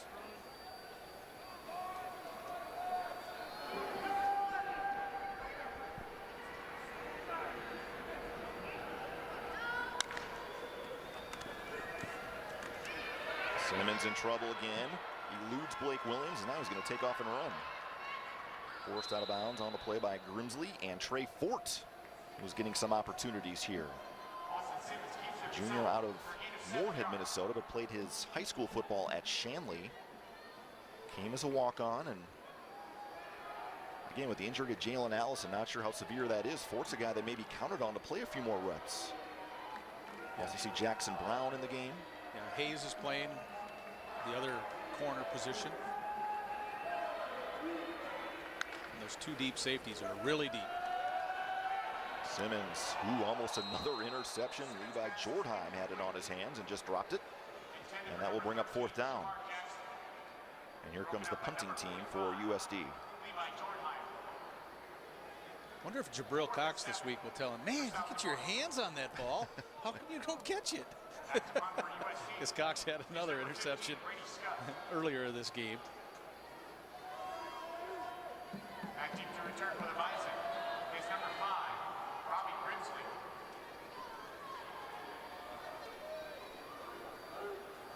Comes Brady Scott to boot away another one. Robbie Grimsley back deep. Nice high, deep punt for Scott. Grimsley makes the fair catch at the 29-yard line. Grimsley calls for a fair catch at the 30-yard line for North Dakota State takes over 1st and 10. Well, we've talked about how crazy things are in the Missouri Valley right now. And things are getting crazier. Uh-oh, what do you got? Indiana State has beaten Youngstown State handily. Youngstown at home, losing 43-17, and Western Illinois has knocked off Northern Iowa 37-17 in Macomb. Just when you thought UNI was starting to make a pretty serious run at it, Youngstown will come to the Fargo Dome next week. And that'll be the 5th loss now for the Penguins. Western Illinois, Northern Iowa, both at 4-4, so both of those teams playing for the playoff lives. Good move in the hole. You kind of see the elusiveness of a guy like Cofield. Gains 8 yards to the 38. Trey Lance remains in the game at quarterback. It's a little bit of what you and I were talking about earlier when Cofield was getting some carries in that 3rd quarter. About he attacks the line of scrimmage really well. Solid job with his hips inside, but yet keeps his momentum going. See Zach Kubas in on the offensive line. A few more backup opportunities for Trevor Height, one of the receivers. Carson Schoening at center. Some extended reps for these guys here in the 4th quarter. Well, there's Cofield again. Boy, great move to the outside for Adam Cofield, who is in USD territory to the 37-yard line. Did you pick up on whose block he played off of to make that move to the outside? It was Trey Lance. Nodak Insurance Company replay. Lance is going to hand off and now bouncer back to the outside, get in front of Cofield, and here's the block we're talking about. Right there, it gets across the face of Michael Frederick to help his man gain about another 10 yards or so. And Trey Lance was a really good safety in high school at Marshall too. He made some big hits over the years down there, so not a guy that's afraid of contact. Lance going to keep it this time. Gains a couple. Taken out from behind by Luis Pagero. Sabian Clark is in there at running back as well right now. Sabian, a freshman from just down the road.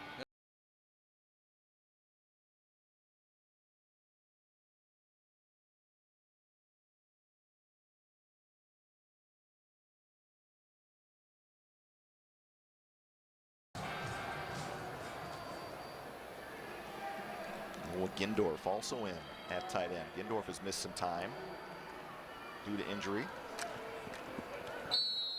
And there is the carry for Sabian Clark.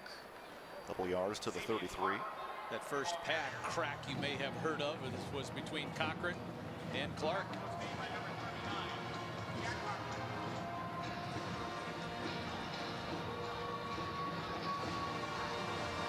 Boy, Andy Issue really racking up the yardage on the ground. 336 yards now rushing for the Bison.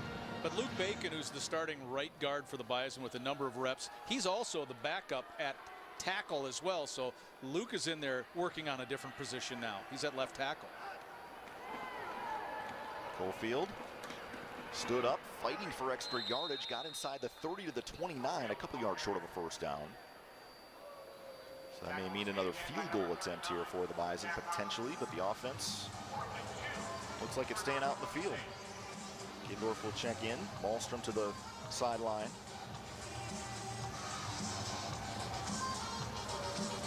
There's Kleiman hoping and just get a first down and take a couple more minutes off the clock here in the fourth quarter. Staring at what, about 2 yards? Need the 27.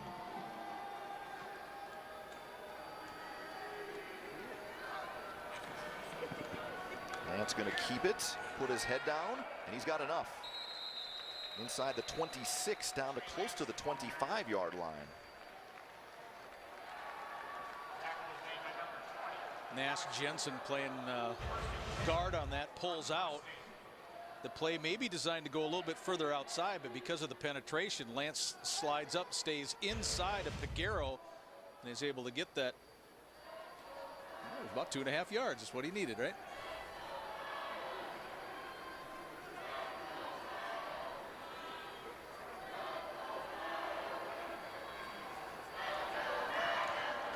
Lance going to keep it again.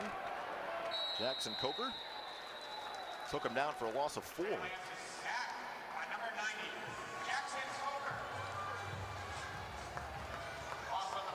mentioned Nash Jensen. There's a guy that came in. I mean, he's a big kid. I remember Chris Kleiman talked about him on signing day, just called him the road grader. Came in at over 350 pounds. Has really actually changed his body around and slimmed down. He's lost about 25 pounds since he's gotten to North Dakota State. Yeah, he's a redshirt freshman out of the Twin Cities from Maple Grove. They list him at about 330 now. End around Trevor Height getting his first carry of the season, and Height stays on his feet. Showing us some really good feet down to the 15-yard line, enough for a first down.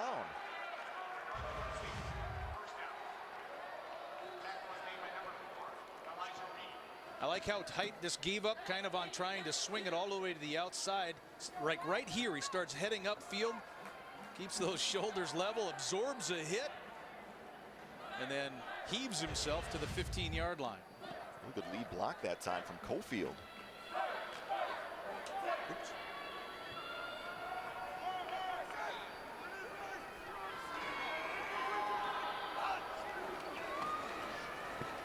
Cofield room to the outside, to the 10. Adam Cofield, touchdown.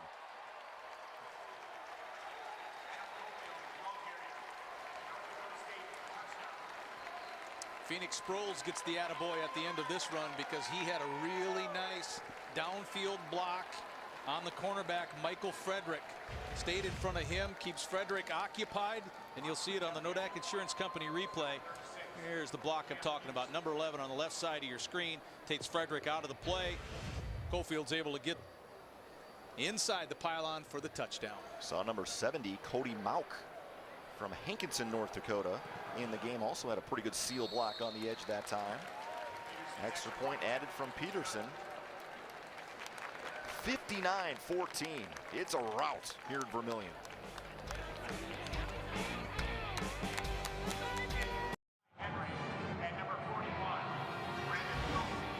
Buying, building, or refinancing? Start with a Gate City Bank Blue Standard pre-approval and experience a better home loan. Get started today at gatecity.bank. For a better way of life, member FDIC, equal housing lender. Well, if you're still with us, thank you.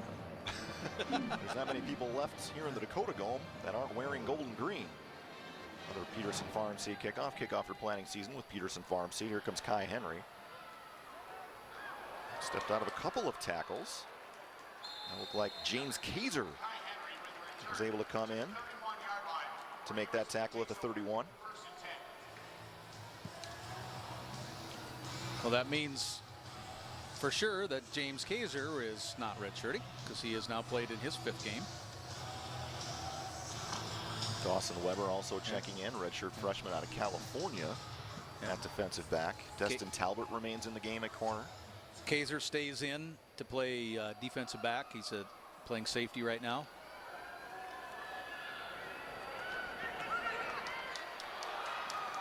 Falk makes that reception. Taken out by Jackson Brown after a gain of 10 at the 41. Tyler Segalis, by the way, is in at quarterback.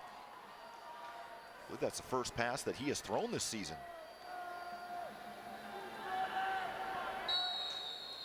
First down carry for about a yard that time for Keenan Brooks.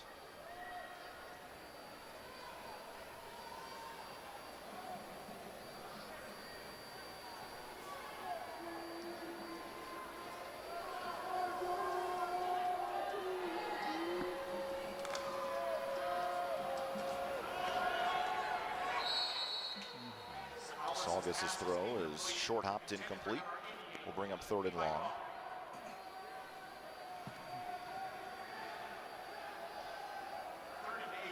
For South Dakota.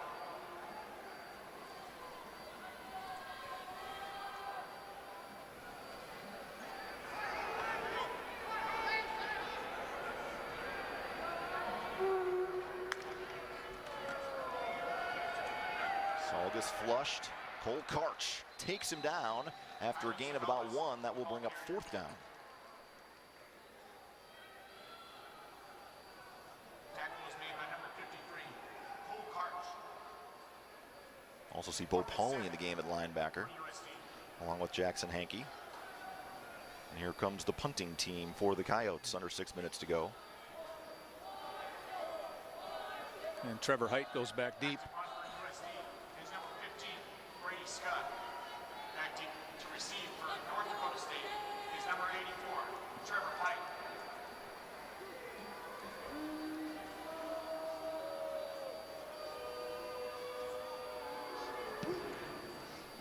Scott bounces one at the 19. And Height hangs on it. Boy, he took a shot on that play from Reed. And a flag comes out at the 11.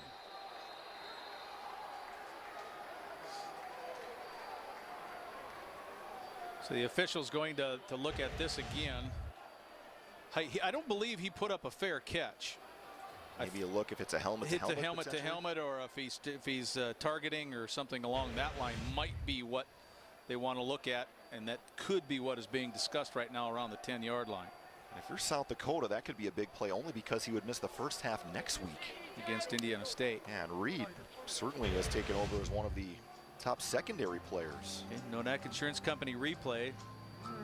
I don't know if he gets him with the helmet, but does he lead with it? I don't think so.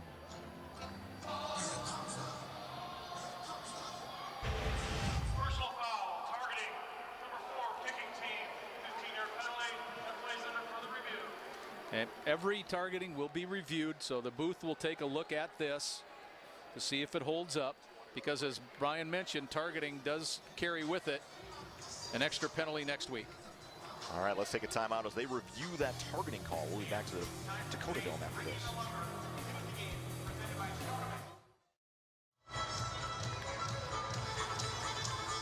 (59-14) your score. After the review, Elijah Reed has been ejected for targeting. They've taken a look at it up in the booth and have confirmed it, so he will be gone for the rest of this game and will also be gone for the first half next week against Indiana State. I was actually hoping that after the official looked at the replay that they would pick the flag up and not follow through with the targeting. Now keep in mind, right where that is, the guy who calls it is down to the left of the play, so he is really getting an opportunity to see the helmet probably better than anyone else on that play. This copyrighted broadcast is property of North Dakota State University. Any rebroadcast, reproduction, or distribution without the consent of NDSU is strictly prohibited. We always seem to see in the crowd a lot of number 74 jerseys, don't we? And 67 now. And there's Cofield again, gaining a couple to the 29. Tackle was made by number 2, Mike Johnson. Mike Johnson coming in to make that tackle. And the Missouri Valley, with what's happening today, is really an interesting spot. Missouri State is losing by 21 at home to Southern Illinois, and the Salukis 1-6 are leading 49-28 with 9 minutes to go. So Missouri State loses that. The Bears are 4-4. Indiana State with a victory today is 4-4. Northern Iowa with a loss today is 4-4. Western Illinois with a win today is 4-4. So you've got a lot of teams that are kind of hoping for a playoff spot, but their margin for error is getting slim. I mean, obviously, a couple weeks ago, we were sitting there going, look at all the teams are at 2-2. All of these teams have the playoffs in front of them. Well, now the majority of those teams are sitting with the 4 losses. South Dakota State got a much-needed win to improve to 5-2, 38-28 over Illinois State today. The Redbirds dropped to 5-3.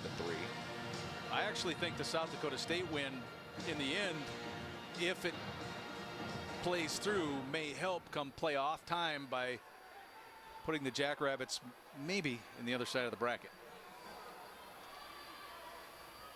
Lance going to keep it again, trying to get to the edge.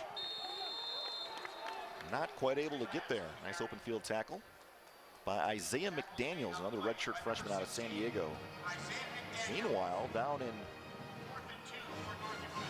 Harrisonburg, Virginia, James Madison and Stony Brook are tied at 10 with 12 minutes to go in the game. JMU sitting right now in an interesting position at 5-2. Delaware has played itself back into the playoff picture, but Towson has been a surprise team, leads Delaware 28-21. So hold on to your hats here the last 3 weeks. Didn't JMU have to come back to tie that game? They were down, weren't they? They were. Garrett Wegner. Boy, has this guy done a nice job. Dakari Allen has been really quiet today. I mean, we have not, in all phases, until today, we have not even mentioned him touching the football. No receptions for number 82.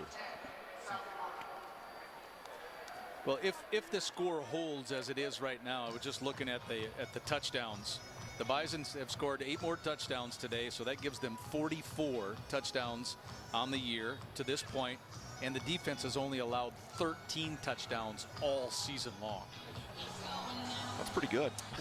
I wonder why they're ranked number 1 in the country. And 8-0 and undefeated in the Valley.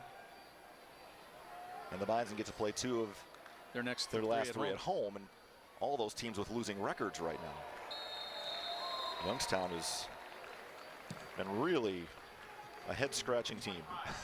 I think the Penguins expected to be certainly better than they are, certainly defensively. Boy, have they given up a lot of yards and a lot of points so far. Matt Bigler out there making a nice physical play on that run stop. DeSauga's pressured. Tuska got a hand on him, and then Bigler finishes him off. Gain of a couple up to the 20. Under 2.5 to go here in Vermillion. Second half has flown by. It's only been about an hour long. Good. To be brutally honest, I'm happy about that. The Bison did that on the offense. Those really nice 6-7 minute scoring drives. Dropped off to Brooks, has a couple of offensive linemen in front.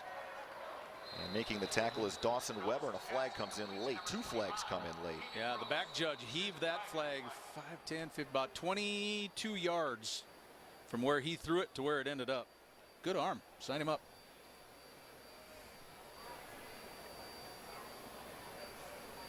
Personal foul, illegal block, below the waist. Defense, number 52. 15-yard penalty will be added to the end of the play. First down. That will go on Jackson Hankey. May have gone low on one of those linemen. I'll move the ball all the way out to the 45. Jackson playing in his 7th game, redshirt freshman season from Park River.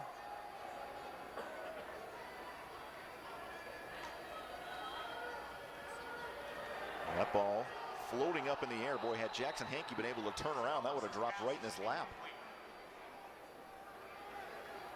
Knocked down by number 52, Jackson Hankey.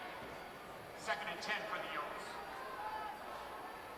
In fall camp is when we really kind of started hearing more about, hey, look out for 52. Jackson Hankey has really come a long way in a short amount of time. his understanding of the concepts in which the Bison are trying to play defense have come quickly to him. Brooks stood up. He's in on that tackle again. Quinalo coming in out of Lemoore, North Dakota. 39 for South Dakota.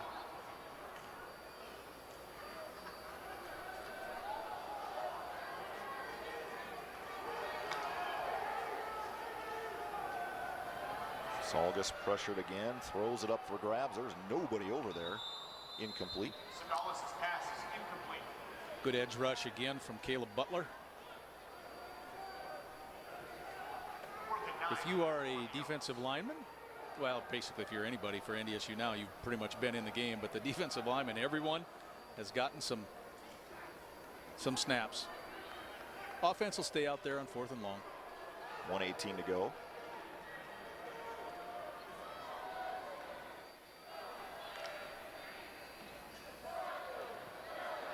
Salgus grabbed low, taken down by Wagee with Karch, and that will do it here in Vermilion.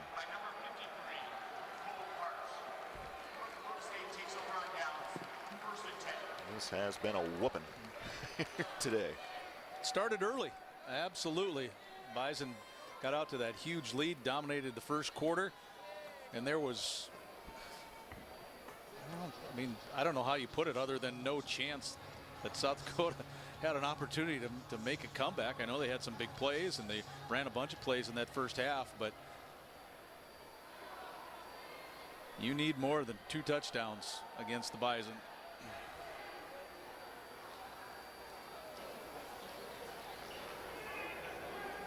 Flag comes in. Cofield gains a couple. Tackle was made by number 17, Cameron Tisdale. Cameron Tisdale in there to make the stop from his corner position.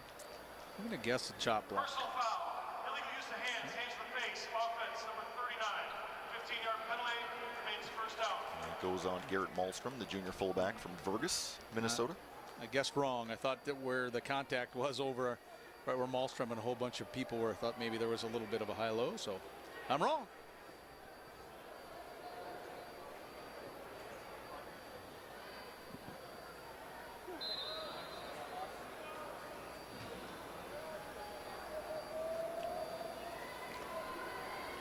Houston Stick, another solid performance for the senior. Kid just makes plays flat out. Lance gonna pull it. Mike Johnson is there to come in to help make that stop. If you add these, that's Devon Whitcomb. Sorry, Brian, but add these 3 yards, what, 553 or so to this point? 380 on the ground. A lot of yardage on the ground against the Coyotes here the last couple of weeks. Youngstown had 295 last week. It's easily where the Penguins won that game, on the ground.